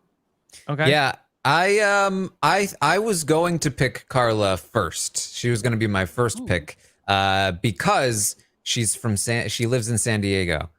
Then I remembered the last time I did that, I picked Paloma, and that did not work out for me. So I decided I would not pick Carla. Fair enough. Okay. I love Carla. She is the moment. I cannot wait for Scally to make his meme on Twitter where every week we're talking about Carla's not going home because she's just not. She's just not going home anytime soon. I love her. She's awesome. I think I didn't pick her because for me, I think she comes off exactly how she comes off. I think we all could identify that she's going to be a threat. I think that she can try to hide it. She can say, oh, I'm going to play like Cirie. The thing with Cirie is they didn't see Cirie coming. Eventually they did, but she was surrounded by other big threats when that happened. But those first 2 times, people were like, she just got off the couch. Is that other Carla's saying that? But I don't think she wears that like Cirie did. I think she's a gamer. And I can tell I'm rooting for her. I think she's going to do amazing. What did it for me with her was when she was talking about playing Survivor-like games at a bar. It's like, aha, this sounds familiar. But I think just that real world experience of having to lie to someone or, vote somebody out like while they're there. I think that hopefully that will help get over any type of jitters that you might have, going into the season. And I think that I think she's gonna be really interesting to watch because she's had so many different life experiences. So I'm excited to see what happens. How much do we think she's going to be apologizing for that level of fandom when she was playing Survivor in a bar? Unapologetic. Yeah, having Survivor Day. Yeah. Well, did you find out what Every day was? for me is Survivor Day. Yes, that's true. That's because International Survivor goes on forever. That is also true. Every single day. All right. Anything else on Carla? One of the fan favorites so far. Okay. Pooya scores Carla with the 9th pick. We come back to Aysha for the back half of round 2. Aysha, you didn't get Carla. Do you have another pick up your sleeve? No one else. No. Yes. So Want to filibuster? Right. I'm in between 2 people. And I say people, just not to give Liana and Chappell any ideas. And I'm going to go with one person because I think this other person will still be around when it comes back to me. Okay. Ooh. Aysha's calling her shot. The gamble. I know. Okay, I'm going to be so mad at myself. But I'm going to go ahead for this pick. I'm going to go to the only person who already has a Wikipedia page. Okay. Noelle. Okay. Yes. Yes. I was going to shoot Noelle next. Oh, So I'm so happy for you, Aysha. Maybe you shouldn't have put her there in the draft order, Chappell. You only have yourself to blame. Wow. You're not wrong. But wow. All right. So yes. Noelle. Yes, Noelle is 25. She is a U.S. Paralympian. She is from New Hampshire. Don't know much about New Hampshire, but I can imagine. You don't have to. That's true. She just seems very strong. I think that, obviously she's an athlete, and I think she has shown that, the fact that she's a Paralympian, that's pretty impressive. I would hope that she's not underestimated, but then on the other hand, because she's like a professional athlete, I would also hope that people don't see that as a threat. Like, I feel like it could go either way. She doesn't like lazy people, slow drivers, or phony people. That could be a problem. There could be lazy people. Yes, Taran. There could be people who drive the boats very slowly, and that could be an issue. So I was really impressed by Noelle. I think that, I think she could do really well. I don't know. She wasn't quite a winner pick for me because I do think that once she does show how much of a threat she is physically, then people are going to be like, okay, we got to go ahead and get her out. However, I think she could be a huge asset. So we'll see. Okay. All right. That's Noelle. Anybody not feeling as high about Noelle? I think the obvious like elephant in the room is always like when you have somebody with such an unusual circumstance like being a Paralympian, is that going to be taken into consideration when you want to pick who you're going to sit by at the end? I honestly don't think that's going to come into play, but I think it's just something you got to think about. You know, since the beginning of time, people are like, well, do you want to take that person? Their story, it's so romantic. It's so romantic. You know, like, you don't want to go sit by that person. And so I'm hoping that doesn't creep into the game. But like I said, I was going to choose her next. I don't have a lot of bad things to say about her, and I'm hoping that she does well. Mm-hmm. Yeah. Okay.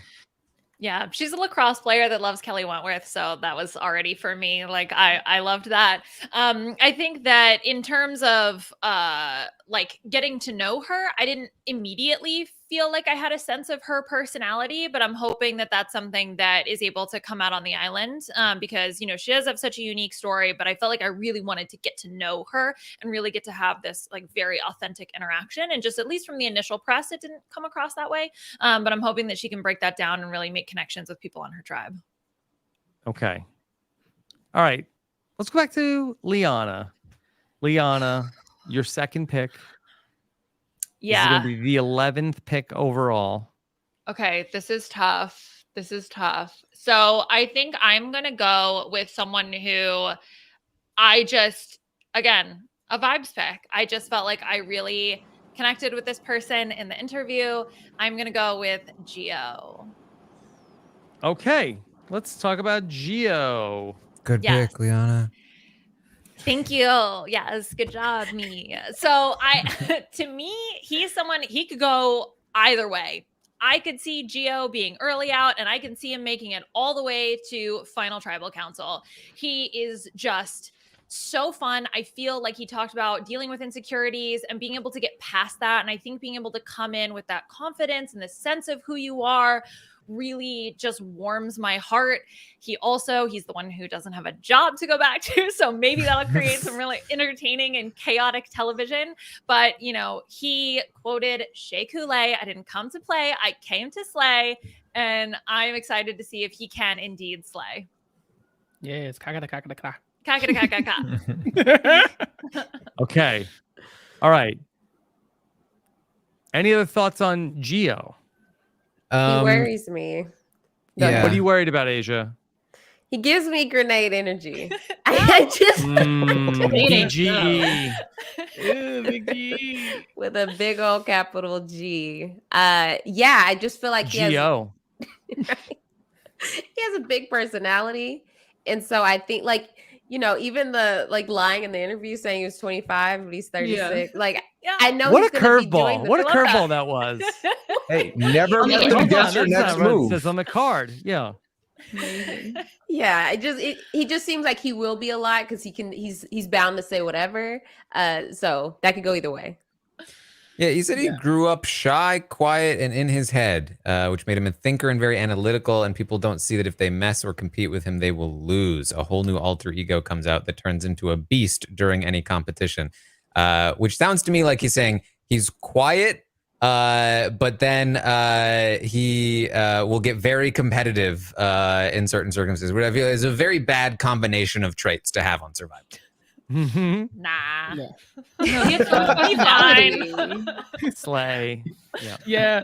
He is small in stature, but he has a big personality. And like Taran said, I think that's not a great combination because you don't want to stick out and also not be the most helpful person in the challenges. And so I'm hoping that he does well, but I get what Aysha's saying. I'll say that. Yeah, I think, well, for me, he's definitely a preseason favorite. Lying on the intro question, I was all in. And I know that it was a short interview, but I feel like you got so much of his personality. Like, it was absolutely like quality necessarily over quantity. I'm a little bit concerned because I do think that he draws attention because he does have so much personality. But I will say, I think if he makes the merge, he's like the standout character of the season. Like, I feel like he's fan favorite, returnee option if he can make it far enough, but I would be a little bit concerned that he might be an early boot, even though I would hate to see it. Okay. Anything else about Liana's pick of Geo? Okay, let's move on then. Chappell. All right, you are going to close out the second round and kick off the third round here tonight with 2 picks in a row. Yeah, I'm nervous because as I've already outlined, y'all picked all of my top picks. So now I'm like, Good. okay, let's go to vibes. Let's go to vibes. And let's decide who we're going to leave Shannon to have, you know? And so... Chappell, what did I do to you? Just tell me what I did. 3 seconds ago, you said good when I said I was out of picks. So yeah, well, that stuff I did. Fair enough. I will say, in my humble estimation, I think there's still one really great pick. There's Still left on The the raw pick. Grenade, you might say. I don't think so. Okay. We're on vibes now, you know, and this person talked about having a higher EQ. We love to see it. And I love to see her do well in this game. She got a degree in psychology, you know, and so I'm thinking that she's going to be able to get into people's heads a little bit and you know, at least understand the way people think. And so I'm hoping that even though she said she's stubborn and she doesn't like losing, I'm hoping that she does really well. And I'm picking Justine. Okay. Yeah. I think there it is. Yeah. Yes. Yeah, that was the one. That was a pick that you shouldn't have let her fall this far. 12th pick overall. You messed it up. Yeah. Yeah. But I'm excited. I don't know what it is about her that I was just like, man, could this be our grenade? But I think if she's not the grenade, she goes so far. I just don't know. I just don't know. That's why I couldn't go with her, one of my first ones. But I'm telling you, at this point, we're on the vibes and I get a good vibe from her.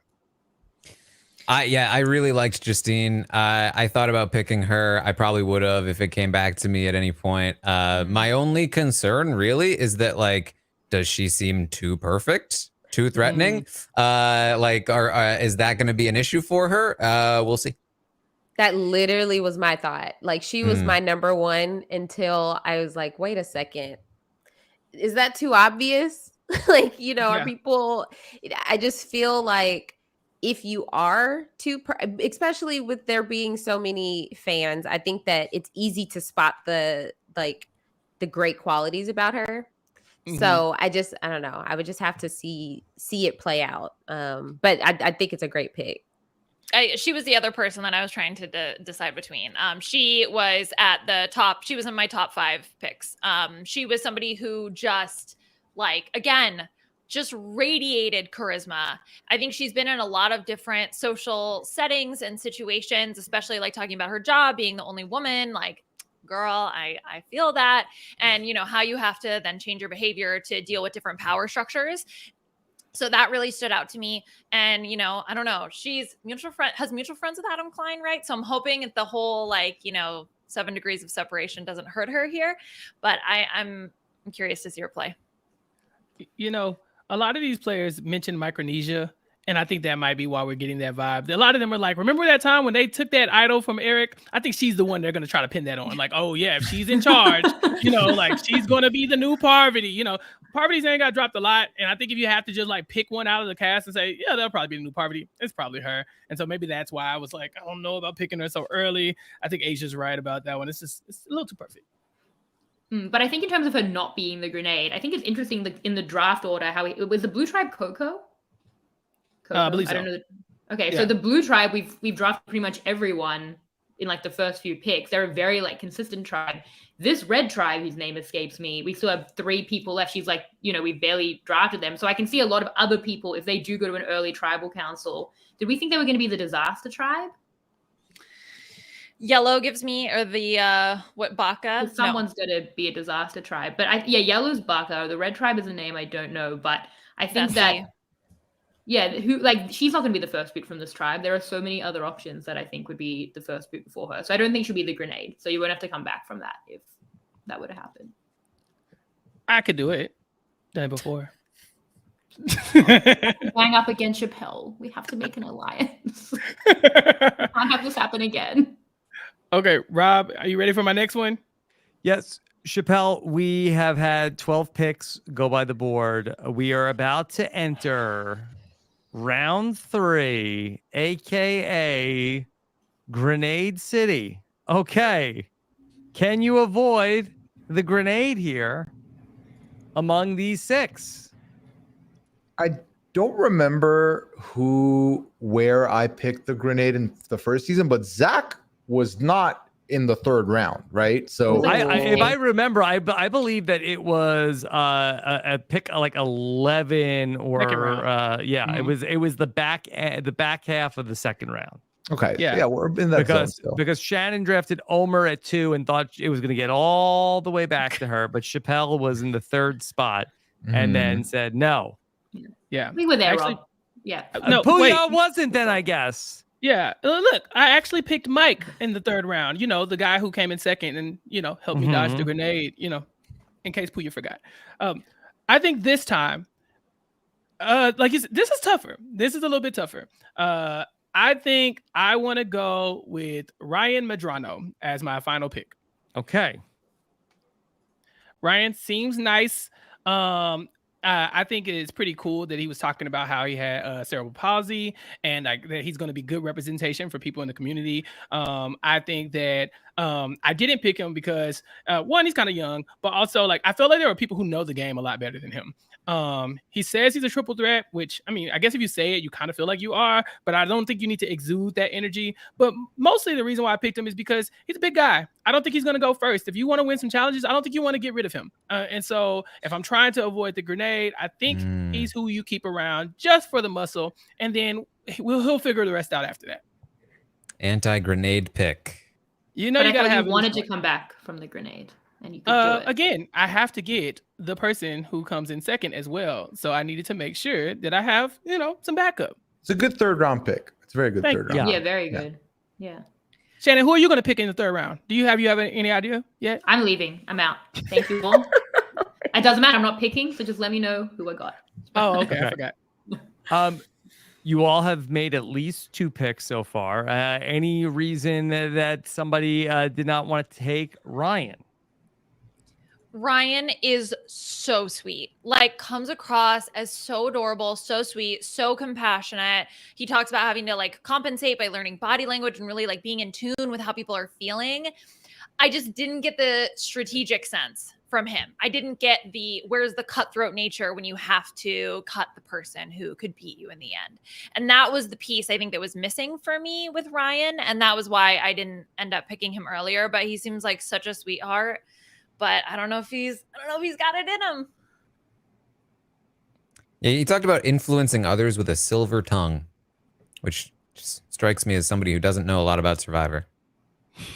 Okay, that was a relief. Okay. Yeah. All right. Wow, you guys. Anything else? Anything else about what the? Yes.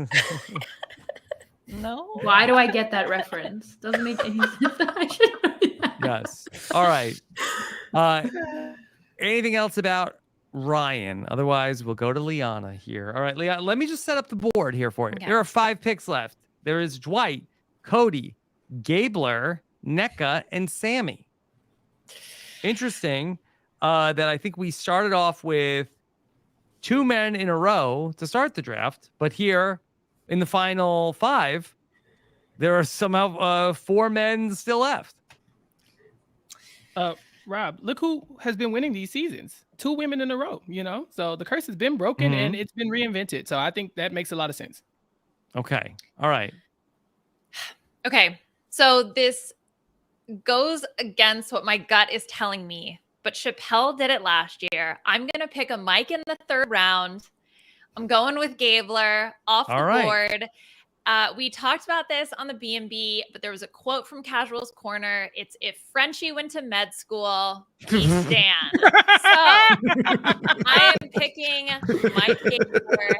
He is wild, so much energy, but you know what? It worked well for a Mike last year. Let's see if Mike's can do it again. Okay. Mike Gabler. Why do you believe you can be the sole survivor? Yes. Yes, exactly. Just yes. And that's really all you need.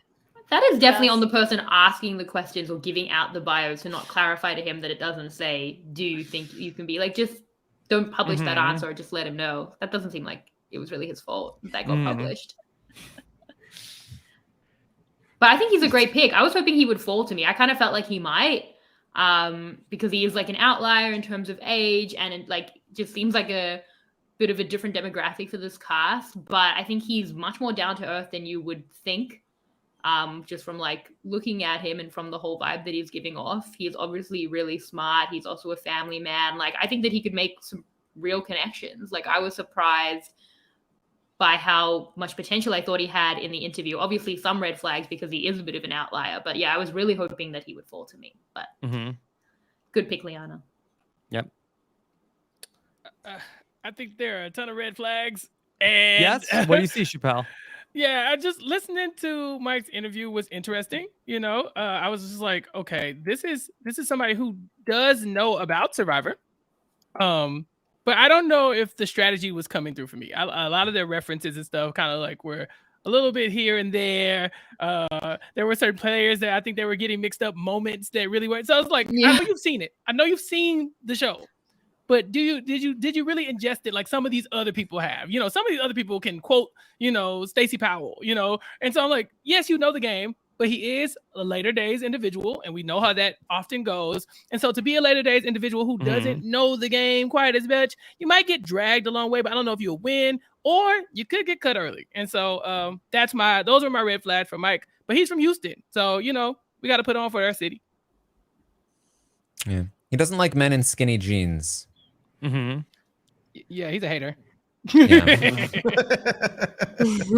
Famously, Erica didn't like men in ill-fitting jeans, but he says, nope, they can fit you as well as can be, but if they are skinny, no go.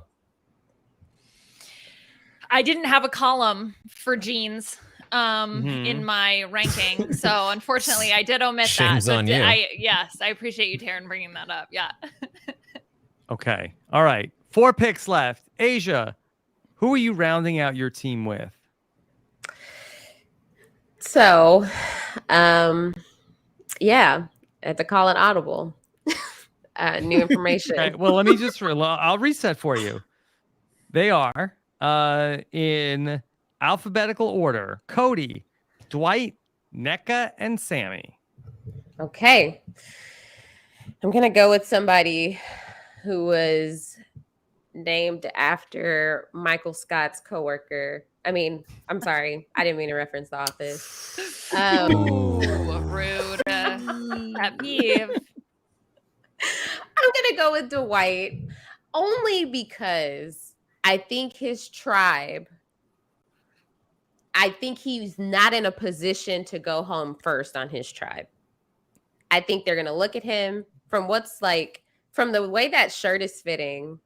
That's okay. That's awful. Aysha! Oh, spray bottles Continue. for Aysha. Continue that thought. Yes. Is he Yeah. gonna do some And one-armed Liana. pickups? Yeah. Oh my God. From the way that his shirt is fitting, it seems like he is an athletic guy. Okay. Good Lord. Aysha said, let me I'm get that up off you. This is off the cuff because I was not planning to pick him, But but here we are. I think that, he's 22, he's young. I also did pick JD, and I was burned by that, but he wasn't the grenade. So, okay. that's Another anti-grenade pick. Yeah. Are you concerned that he's going to intentionally lose the game just to spite you for making an Office reference within 2 seconds of learning his name? He does hate that. Yeah. He does. Yeah. I mean, how could you not? When I saw that, I was like, oh, yeah, Dwight is on The Office. So it's funny that that's the first thing. And I love The Office. I've seen it multiple times, but I just don't relate that. I mean, I guess that's coming from someone that says Asia like the continent. So He did kind of play himself there a little bit because I never would have made the connection. But now that he wrote it in his pet peeve, I'm never going to forget the connection. Oh, he fully set up Twitter. Like the internet's going to do it the whole way through easily.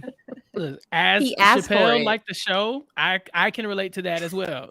So I get it. Asia like the continent and Dwight like The Office. yeah. the the biggest red flag for me with Dwight is that he is 22 years old.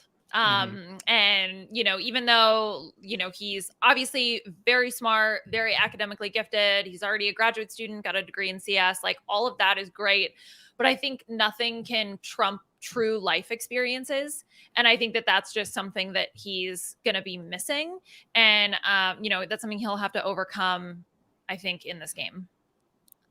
Yeah, I feel like I will love Dwight. He's so nerdy. It's amazing. He's like the Zach Wurtenberger of the season. He does come across as very young. There was like one answer in the interview where he's like, did he go to Stanford or some amazing college? Yeah, and he's like, he won't let you forget. Yeah, and sometimes they treat me like I'm normal or something. And I was like, Dwight. He did like a little bit more life experience, but as long as he's on the show, I know that I will really enjoy him. He's very, very smart, obviously. And I don't know that he'll be first boot from this group again. Like, who's going to be the first boot if this tribe goes to tribal council? Could be across the board. So, yeah, fingers crossed. As a fast talker, we have to address this. Yeah. This man talks faster than me, and it is incredible. It is incredible, Shannon, how fast he talks. Like, the two of us are nothing compared to him. And I feel like if he hits the island and he just starts spewing information that quickly, people's heads are going to spin. So he's going to really have to focus on taking it slow for the mics of the world, slow it down a little bit, try to connect and not be so like computer just spitting out information. If you can figure that out, I think he'd be okay. I didn't get the sense that was going to be his approach. I would like to think that. But also, it's kind of like the name dropping and like talking about all the accomplishments. It's like it's something that he did, but also I wonder how easily that comes off his tongue. When he goes on an island and talks to people and meets new people. Like, is he like, I met Condoleezza Rice. I met Colin Powell. I met Alan Albright. Like, you know what I'm saying? And he's like, okay, calm down. So if he was older, I wouldn't expect that from him. But because he's so much younger, I could see that being a mistake. But high hopes. Yeah, that is very true. I did, like, when I listen to Chappell or Shannon on a podcast, I do have to slow it down to 1.5. For him, I did have to do 1.25. I had to do 1.2 for him. Oh my God. Like, I was like, nah, challenge accepted. I can do Marianne on 1.5. I'm good. And I had to 1.2 him. Yeah. Yeah. Same. When we have to turn him down, you're fast. Yeah. It's like, Right. Yeah. He's 1.5 without the filter. That should be his nickname. Okay. It's very long. All right. Okay. All right. So then let's go to Pooya. Bottom three. All right. Cody, Nneka, Sammy. So, Aysha, you'll be happy to know that in the reversal, you picked the person I wanted. So that works out. Oh, wonderful. Yeah, that works out. Yes. Here's the thing, folks. I think there's decent grenade possibility in the three left. So I'm gonna go most grenadey based on some of the red flags I saw in the references made to the show. Okay, and I'm gonna go with the cremator Sammy. I'm taking Sammy here, the youngest player of the season. Sammy is on my team. All right. Pooya, tell us about him. Wow, where to begin? Which Survivor winner would you identify with? The one that played the least days, Chris Underwood. Okay, that's one. People just said Chappell was like Chris Underwood. Yeah, but the people lied. Yeah, people lied. Then, when telling us about his story, I was dying listening to this. So the first season he really involved himself with was San Juan del Sur, because not a fan of John Rocker. So therefore, you think when John Rocker leaves, you're like, yay. No, they're like, yay, but we're stopping. Well, we're not watching anymore. We're not doing that. And then I just felt like he kept referencing this one season, which to me screamed, did you watch any other seasons? I don't know. That being said, this could be a very detrimental pick, but I am the hero of my own narrative. If I get grenaded, I made the decision. I'll stand by it. I'm almost staring the grenade in the face. Sammy, please don't be the grenade. That's all I can say right now. Okay. So you didn't tell us anything you liked about Sammy. You told us a lot of things you don't like about him. Yeah, you had two other options. You know that, right? Yeah. and then you kind of just dared him to be the grenade. Okay. So my answer to that is what Gabler answered to winning. Yes. Okay. Pooya has his Sammy? own win condition, and that is to get the grenade. Yeah. And that's fine if your other two winners are 1 and 2, as we've seen. I think Sammy could not, like, there's a world where he's not the grenade. Obviously, he could be a physical asset to his tribe. Yes. He's taller, he's kind of bigger than everyone else. I think he is athletic. And so Pooya, I don't think you have to worry. I think if they're gonna need him, and if they don't need him, they'll be able to make it through maybe the first challenge. I think this that tribe. Yeah, that tribe in particular feels like a tribe that's going to be fine athletically. And so I don't think you got the grenade here. And I think you could have come up with some nice things to say.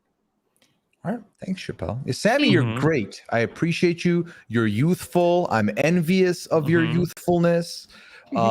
These early days. What a job. Wow. Yeah. Early days. Yeah. I've seen a lot of people thirsting over him on Twitter. So Oh, you have really? that as well. Yes, I have. Wow. He's some 19, comments. everyone. Let's calm down. Unless you're also 19. Yeah, that's nasty. He's a baby. Let's not Michael Yoga this again. That was an uncomfortable time for us all. I think this is fake grenade bait. I don't see him being the grenade. See, Yeah. I disagree. Like, if you were looking at the pictures, you'd be like, oh, he could never be the grenade. He's so physically necessary. But then you listen to his interview and you're like, he'd be working hard to be the grenade, but I think he could do it. There were times in the interview that I had to pause to be like, oh my God. I agree with what Mike Bloom said, that he saw the first 3 episodes of Someone Del So, and obviously thinks Drew Christie goes on to win and is trying to model his game possibly after that. So he shouldn't be the grenade. He'd be working overtime, but I think he can manage it for you. But it's 6-person tribe. I would find it hard to think. Now again, we saw Eric be the first person out in a 6-person tribe, but from the stories that you heard from Yasa, like it sounded like he was like very overbearing with them and made life very uncomfortable. Feels like you're proving my point. I don't know. I don't see it. I don't think he'll be the first person voted out. But I think that's the whole point, is like it is a physical aspect in small tribes, but then there's also the idea that we've been looking at in the last couple of seasons, which is like, if you're going to be the disaster tribe and lose a lot, you have to be at the center, the social center, to be in the last 2 so you can make it through. And I don't think he's going to be in that 2 with anyone. So there is a chance that, like what they did with Eric, like what Evie did, it's like, okay, well, let's lose a lot, but know that we're the core who will make it through all those losses. I could definitely see that. And I could see it being like an Ellie, an Owen, even a Mariah being that 3 and then picking off from there. And maybe like a Gabler goes instead of him, but I think it could be him if he's not vibing socially with people. I just don't think he makes a great first impression. And that is what's going to matter a lot in the first boot, obviously. And so Pooya, maybe he, like I said, they win the challenge. Maybe they look at him as a physical person. But I think, like he said it himself, after a while, people are he starts to grow on people. But I think that initial gut reaction of we got to pick somebody, it could be bad for him. And so hopefully he'll be all right. I think in like 10 years, he would have been perfect for this game. He would have been like so much more self-aware. He would have had like a little bit more level-headed about his energy. But right now, I think we're in some rough waters. How do you know if he'll grow on you? It's been 10 minutes. He said it. 10 minutes. Okay. Yeah. You're taking his word for it. Okay. So there is Sammy. Okay. Taran now it comes down to the moment of truth. Okay.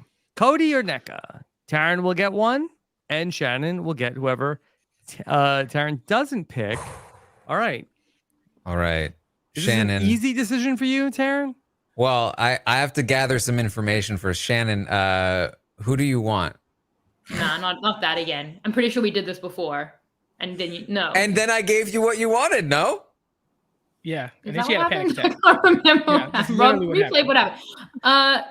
Yes, you let me choose, but then it plagued me for 8 months. Do you want me to give you the truth of who I want? Yeah. I don't know that I trust you. It's okay. You can trust me. We proved You can that trust last him. time. Yeah. Yeah. Is that what we proved? It is. I'll be honest. You could trust us. I want Cody. Interesting. Why? There's a troll. Yeah. Love it. Choose who you want. Just do it. Don't put this on me again. I'm not playing the Okay. mind games. Okay. All right. Don't take. I'm Cody. gonna give her what she wants. I'm gonna take NECA. Oh, All right. Taran, I'm starting to really trust you. All right. Well, End of the what's draft. happening. All right. Let's talk this through on both counts. Okay.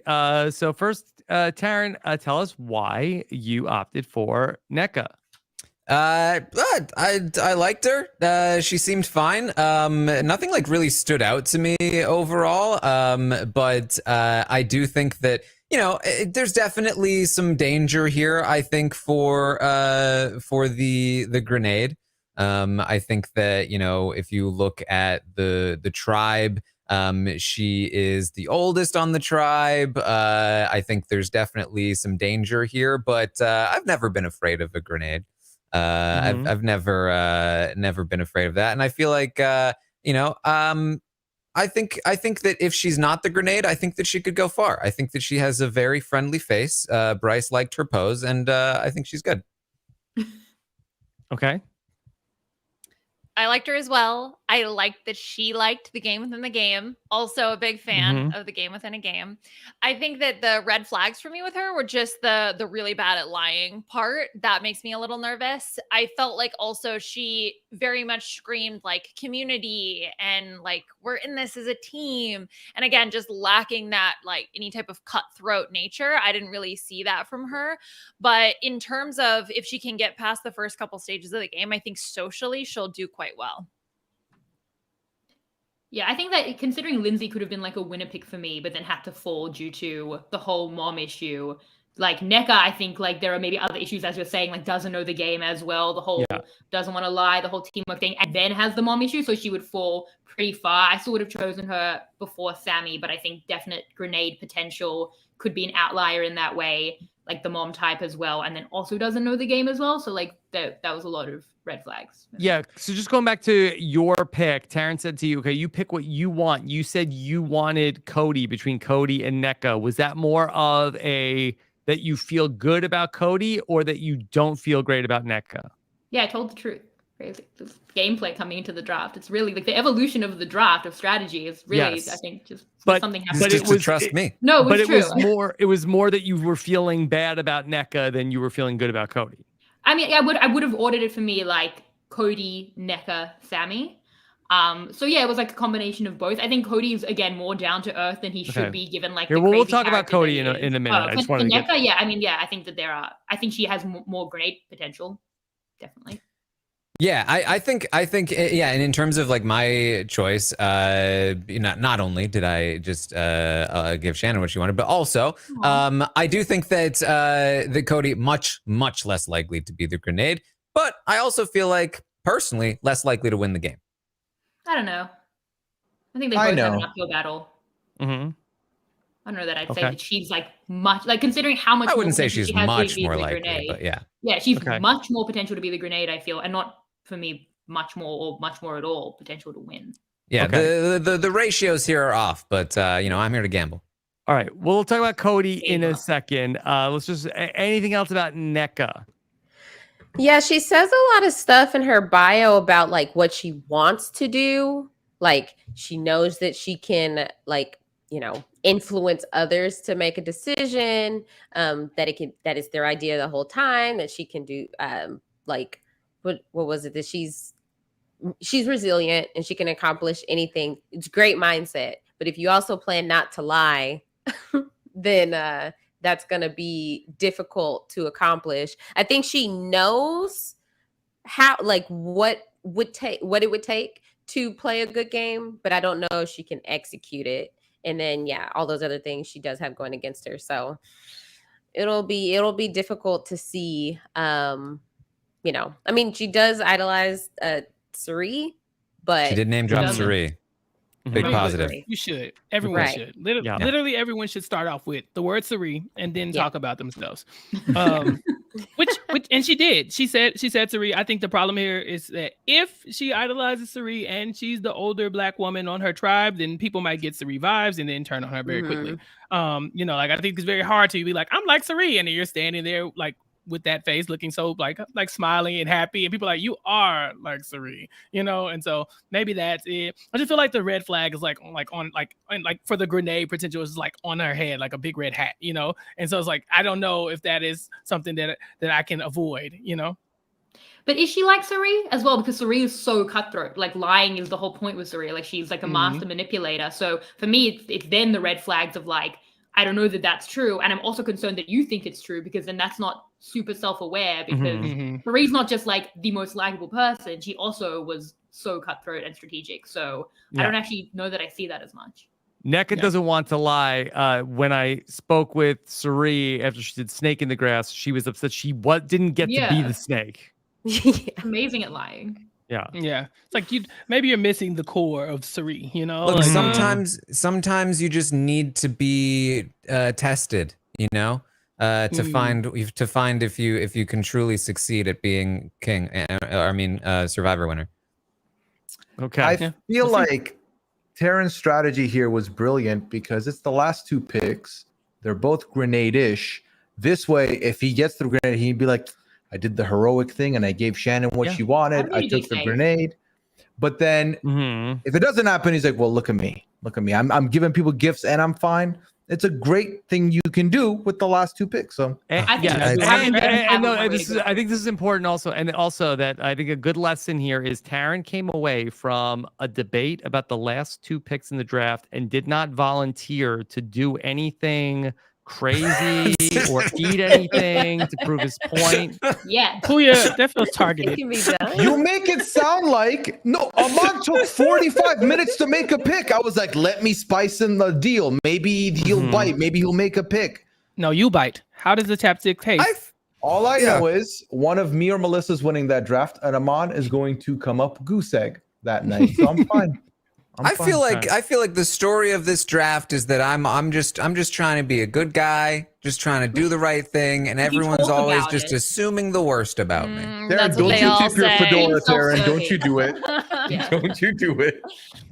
All right. I want to hear Shannon talk about Cody. Yes, all right. Please. The person that and you can't even say that you didn't get 3 picks because stop that. Taran can take whatever he wants to take. No. Rob's right. You picked, and so I don't want to hear it either. My pick meant nothing. My pick was a suggestion. Taran, who did you want to go with, or did you not? You didn't know either way. He wanted Cody. He wanted Cody. Taran told us all beforehand that he wanted Cody. I'm you sorry. have a group chat without me. I knew this to be true. This is what's happening. All right. Rob, tell us about Cody. Please step in. Yes. Okay. Cody was left to me. You picked him. He's more down to earth than he should be. I think that he could be fun. I think he seems physical enough. I think he's pretty self-aware about like the crazy character that he is. Like he's kind of in on the joke, I think, enough that I think he might be somewhat in touch.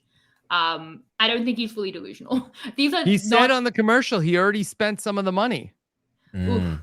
Did he? I didn't see that commercial. I don't. It's the only clip from the show so far. It's him going, I spent it already. All right. You know what? I've heard people say things like that, and then I feel like there's a wave of characters in International Survivor, in US Survivor, who you're like, this should not work, and then somehow it does, and they either win or come very close to winning, and they are the crazy character, but they back it up in other ways that cover for some of those issues. I don't know that Cody will necessarily be that, but like if he does, then he would be in that category of character. Shannon, as a historian of Survivor, could you give us some examples of the Cody types that have won the game in US Survivor? Tony. Is like Cody? Well, Tony's the best version of, you know, like I would say my answer would be maybe Fabio. That was my thought. Okay. That's cool that y'all think that. And maybe, He was second last pick. Like he was last pick. Sorry, I didn't pick. Like I'm not saying he's gonna win. I just don't think that he will be grenaded, and I don't think that he will win. But dang, Shannon, I think he'll be second boot. Like I don't know what you want from me. I was left to the last after the draft. Like help me. Like I don't know what to do with that. I think biggest red flag is it took him 20 years to realize that Survivor and him were meant for each other. So long will they, won't they? I thought you were gonna say it took him 20 years to answer those 4 questions that they asked him during the interview. Because dear God, Did have a long interview. it was long. Okay. I mean, he's got a butt tattoo, so Mhm. that's pretty cool. Is that relatable? That bad? Yeah. A butt first tattoo? Living, yes. And he's the one with the mullet with the lightning bolts shaved in the side of his head. Also, that Wait, he has that? quite the look. Yeah, he has that. That's Picture him, wasn't right? good Yeah. enough. Yeah, Shannon, he has the So- butt tattoos, the mullet, because he Right. said, like, what is it? Business in the back, party in the no, it was strategy in the front. What was it? What was it, Rob? Social game in the back, something like That that. makes sense. I mean, there's Yeah. logic to that. We don't know that Neka doesn't have a butt tattoo. This wasn't necessarily a bad decision. Anyone can have a butt tattoo. They're just not talking about it. That's a good thing. you know? Are you trying to tell us something, Shannon? No. But that's a moray butt tattoo. Yeah. It just says red, like Taylor Okay. Swift. All I right. don't know. That's Cody. All right. So to Thumbs up. review, That's good. everybody now has 3 players. Everybody is set. Why don't we just go around and revisit our teams? Sorry, Chappell, who did you come away with? I don't remember. This was so long ago. Yeah, I think okay. it's so So long you ago. started. Yeah. I got The Owen. first pick was Owen, right? I got Owen, and then my second pick was you got. I don't Justine. remember. Oh yeah, I got Justine. Yeah, And Ryan. and then Mhm. who was Ryan? Oh my god. Yeah, I got Okay. Ryan. All right. This is your mastermind, ladies and gentlemen. This is the person who came back from the grenade. winner. Doesn't even remember his Tell- own players. Tell me again Look, how the Cody's grenade- like Tony. Yeah, the The worst grenade part had of an Cody. impact. Okay. Liana, who did you come away with tonight? Okay, I remember all my players. Okay, Good Chappell. start. Yeah, remember the one. exactly. Let me just check my notes. Okay, I picked Jesse, I picked Gio, and I picked Mike Gabler. Okay. All right. Jesse Geo Gabler. All right. Asia, how about you? So I picked Mariah, Noel, and Dwight. Okay. Pooya. Ellie, Carla, and Sammy. Okay. Taran. I got the mom squad. Yes. Yeah. I got Janine. I got Lindsay. And I got NECA. Okay. Yeah. So I mean, just to be clear, Janine, 2 moms and a non-mom, all right? Like, what do you want from me? 2.5 moms. So not Okay. a Love mom that squad. Yeah. We don't I know don't if know she's if that mom. Yeah. NECA's Yeah. bio did say she had a child on the way, and I was like, while she was playing, I am very dumb. So I was just like trying to figure out how that worked out. But I'm assuming after I had that moment as well. Okay. I think she was saying in the anecdote she was saying she was talking about moving and she said she had a child on the way. Oh, But the okay. way it was said, I also Mhm. paused for. I was like, well, that doesn't sound safe, but okay. You know? Yeah. Okay. And then finally, Shannon, who did you walk away with? James, Cassidy, and Cody. I think it was, his interview was first, so I forgot much of it. I think that was because Sammy's was last, so I was like, not him. So I think interview order can be studied in how we perceive the players. All right. Mm. Yeah. Mhm. Yeah. Because maybe in the first interview, we're like raring to go and hanging on every word. And then by the 18th interview, we're like, all right, wrapping up. Come on. We're moving along. Yeah, they're Much fine. like Yeah. this podcast. They're all the same. Whatever. Okay. All right. There you go. And that's 18 players. Anything else from the panel that we want to set up here going into Survivor 43 in 48 hours? What's Pooya gonna eat? Yeah. No. Pooya. No, no. Pooya, Yeah. Make a food. We're- then. we're- This is we're- why the people come to the podcast. He's Shannon, gonna have a we're- salad. We're pivoting away from the jackass era of Rob as a podcast. Okay. Rob, No, you yeah, can't yeah. call it that when I'm the only one that's done it. That means I'm the jackass. Pooya era, That means that's what he you're said. just calling me a jackass. Is Hey, that who what else you will mean? eat I something? mean, Liana, what will you eat in solidarity with what Pooya has had to do? also Shannon, a if you salad. wanted to be on the board, you do something. No, I asked the questions. Mhm. She's an interviewer. That's what she does. Okay. Yeah. Okay. Wait, so all right. Rob. for clarity, Mm-hmm.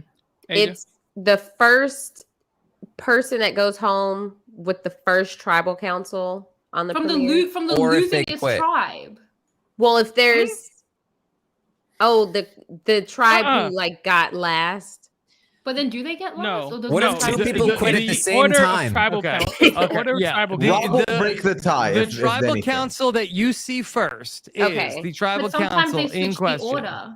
And that's sad. That's Mhm. hey, editing screwed you. That's it. Blame the You could editors. edit. Okay. All right. Yeah. Any? Rob. Yes.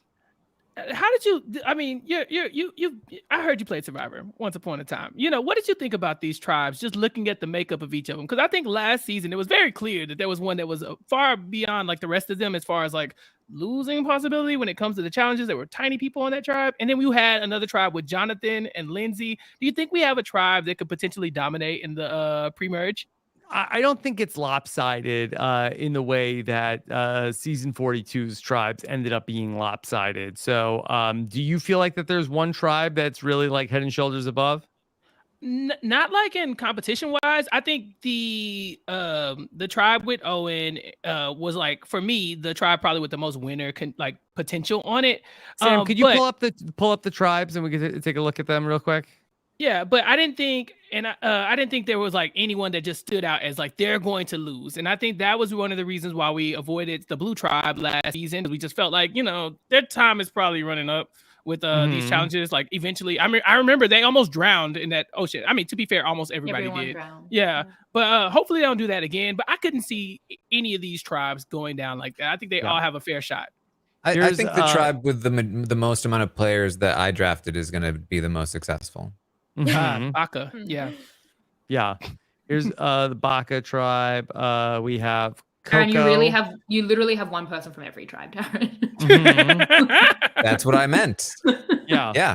They're all going to be the most successful. Coco looks pretty strong overall. strong. And then Vessi, I don't know.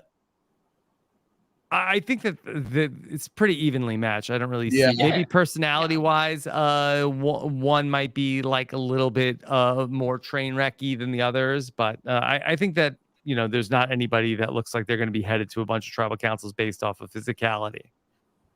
Yeah, Jonathan was like 18 feet tall. He just plucked people out of the water. So like we don't have anything like that. I think the tribes all look pretty even. Okay. All right.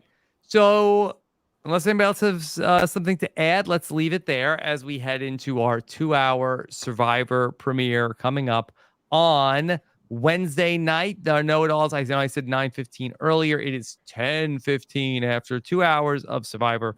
Steven and I will be live after the episode.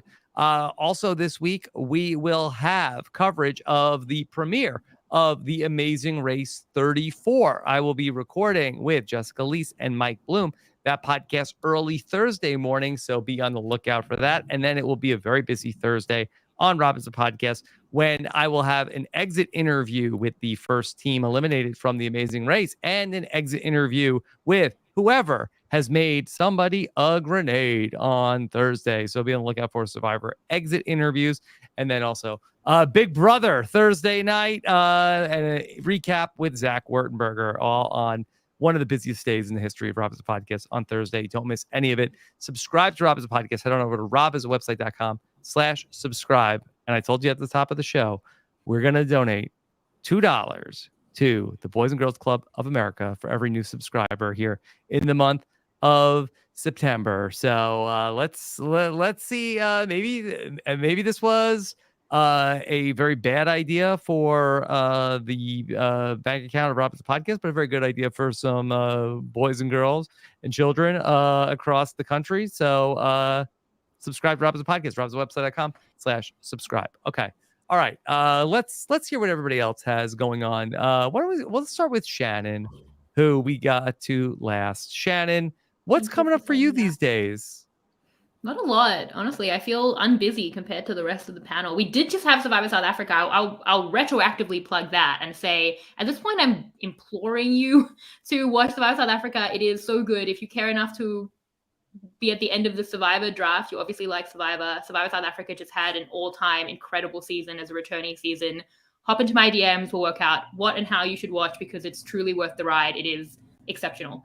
That's really what I want to plug on that. But then I'll have Survivor Global going forward with guests from Survivor South Africa as well. So yeah, we just finished the deep dive for Survivor South Africa. So that's what's been happening in my podcast world. Okay. All right, Shannon, thank you for being here. Thank you for always making the draft so lively. Good luck on Wednesday night. It always reads like an insult. Doesn't read like a compliment, but it's fine. Chappell knows what he did, and he knows that I'll never forget it. Okay. Ooh. CNBC. Taran, last week of Big Brother here in closing out Big Brother 24. What else is coming up for you? Yeah, we're closing it out. We're going to watch this. Queen's coming to get what's hers. And we're going to have some fun. So tune in for that. I also do something fun over on Twitch, twitch.tv/Taran Armstrong. I watch these episodes as they air alongside you. So you can tune in and be in the chat with other people, react to the Survivor when it premieres on Wednesday live with a bunch of people. And I'll chat along and we run predictions about what we're going to see, and you can bet points. It's a whole fun time. So make sure you follow me over there on Twitch, twitch.tv/Taran Armstrong. I will also be doing, of course, the Stock Watch podcast for Survivor this season. Will probably be a little late this week of the premiere because of Big Brother, but afterward we will be doing those probably on Thursdays after the episodes air. So make sure you tune into that all summer, or not summer, that's Big Brother, all fall long for Survivor, where we rate the players based on how well we think they're doing and go over the episodes. A lot of fun over there, so check that out as well, and all sorts of other fun stuff. So yeah, that's me. Okay. All right. Great job tonight, Taran. Good luck with the moms. Pooya, how about for you? Well, people can find me on Twitter at Pooyaism. They can find me on Twitch, twitch.tv/Pooya. With Big Brother coming to an end, my schedule will be ramping up over there, so definitely come through, say hi, would appreciate that.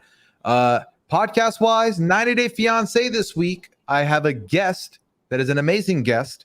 He is sitting right next to you, Rob, to your right. Chappell will be joining me for episode 4. We may be recording after this, so it'll be a fun energy to go into that podcast. And then Masked Singer is kicking off this week as well, in the midst of all these shows premiering with season 8. The format looks bizarre. The number of contestants is too much, but the co-host for the podcast is immaculate. Liana Boraas and I will be covering that season all autumn long, going into winter probably. And then what else going on? Yes, Big Brother. That's about to end, but I will be there with Taran tomorrow to talk about the roundtable shenanigans, the ratings, the good, the bad, and the ugly, aka my portfolio for this season. Pretty ugly. But yeah, that'll be a lot of fun too. Back to you, Rob. That rhymed. Okay. I don't have anything else, I don't think. Yeah. Okay. All right. Great job tonight, Pooya. Aysha, what is new with you? So outside of Big Brother 24, you can find me on the Love at First Sight feed. I'm covering Married at First Sight with Jason Reed. We're talking about season 15 of Married at First Sight. If you've never seen the show, still come listen to the podcast. It's a fun time. And I'm also, Mary and I got back together to talk about Love is Blind After the Altar season 2. So that's out there now for your listening pleasure. And if you subscribe to the feed, you will also hear our coverage of season 3 of Love is Blind when it drops in October. I was watching the first episode the other day. It was so good. Yeah, a lot happened. I can't believe all these people are back under one roof. Right. It's too a much. lot happened, but a lot didn't happen. You'll see. Okay. All right. Aysha, good luck. Liana, what's coming up for you? You can find me on Twitter at Liana RHAP. Within the next 7-ish days, there will be a Survivor B&B out, a Big Brother B&B out, Lego Masters episode 1 coverage, and Masked Singer episode 1 coverage. So there you go. Yeah. All right. And Liana, that's it? That was so quick. Yeah. Well, yeah. I'm just trying to for the people. Be efficient. For the people. For the yeah. people. Yeah. You're welcome. And okay. And before I get to Chappell. Was I not lively? Yeah, it was very lively. Thank you. Very lively. You don't want to be lively. Yes. So all you right. finish with something else. I don't know what. And I want to make an announcement that you will hear Chappell on the first Survivor feedback show of the season coming up. this Friday, and we're doing something different this season. This is something I've wanted to do for a long time, and we're going to give it a shot here all autumn long here on Rob as a Podcast. We're going to do the feedback show live on Friday nights at 6 p.m. Eastern. So join us live. I'll have a guest. Maybe we'll have some Survivor guests come through. Maybe we'll take some calls. Maybe we'll have lots of questions and games and fun. And we'll do it all for you live on Friday nights this fall for Feedback Fridays. And so I hope you will join us there live. Chappell, very excited to kick this off with you on Friday night. Yes, it's going to be a good time. I can't wait to see who pops in to talk to us and what crazy things we'll have to deal with that day, because it's the first of its kind. And so, yeah, hopefully people like it, and then we keep it going. I live for the shenanigans, so I'm ready. Okay. Of course, Chappell, we were having lots of shenanigans this weekend over on Nothing But Netflix when we talked about a movie called This Is the End. Is that the End of the Road? Sorry. That is a different movie on Netflix. It's a better movie. The End of the Road. The End of the Road we talked about. And AJ Norris joined us to talk about Queen Latifah and Ludacris and the Cartel. Yep, all three of those things. But thank God AJ came, because we had so much fun. One of my favorite Nothing But Netflix to date, because that movie is deranged. And if you want to hear me ranting about a movie with Queen Latifah, it don't happen often. So here it is. Check out Nothing But Netflix for the rest of that. Chappell's normally pretty positive about the stuff we watch. And this was the one of the first times I can remember he really hated a movie. Yeah, I just couldn't do it, y'all. I just couldn't. But I'll say not since the Pentaveret. Yeah, I did hate the Pentaveret, and I hated seeing Mike Myers junk. It was just like two things at the same time that I hated a lot. So this is right there with Mike Myers junk for me. Yeah. Damn. Okay. Yeah. Chappell, anything else?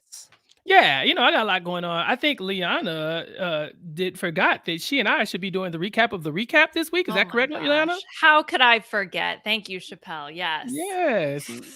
I love joining Liana and Taran, for the recap of the recap. Rob might join us this time. He might not. Who knows? Mm-hmm. But yeah, we'll be talking about the Big Brother episode that doesn't matter. The least important Big Brother episode of the season. And we'll be talking about it this Friday.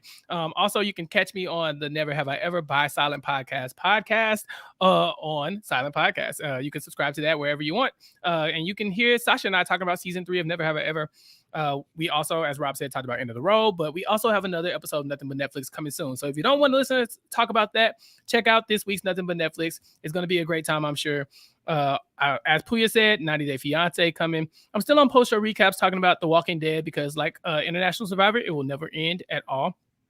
So we have Tales of the Walking Dead just released, and now we're about to talk about The Walking Dead proper. So check that out on post-show recaps. And then also on post-show recaps, Gia Worthy and I are talking about Abbott Elementary. Season 2 is about to start, and we are going to break it all down. I'm very excited. I know Gia loves the show, and the show deserves more Emmys. And so we're going to talk about why this week, our first episode should be out on Thursday, but we shall see. And then finally, on post-show recaps, Atlanta is back. The final season of Atlanta. It'll be myself, Latanya Starks, and Mari Forth, as usual, breaking down every episode of the final season. So check that out and follow me on Twitter at Chappell's_show to keep up with everything else that I'm doing. All right. Thank you so much for not enough hours in the day. Asia, do not talk to me, because listen, you had a good run yourself. Okay, let's just be very clear. I don't like this narrative that I was like, man, I can't wait to be like Asia, and now that I'm like Asia, it's a problem. No. I can't wait to listen to Abbott Elementary. Yeah, it's gonna be a good time. And then again, everybody loves the show. So if y'all want to be a guest, hit me up. We'll see what happens. Okay. All right. Thank you so much for joining us. Take care. Have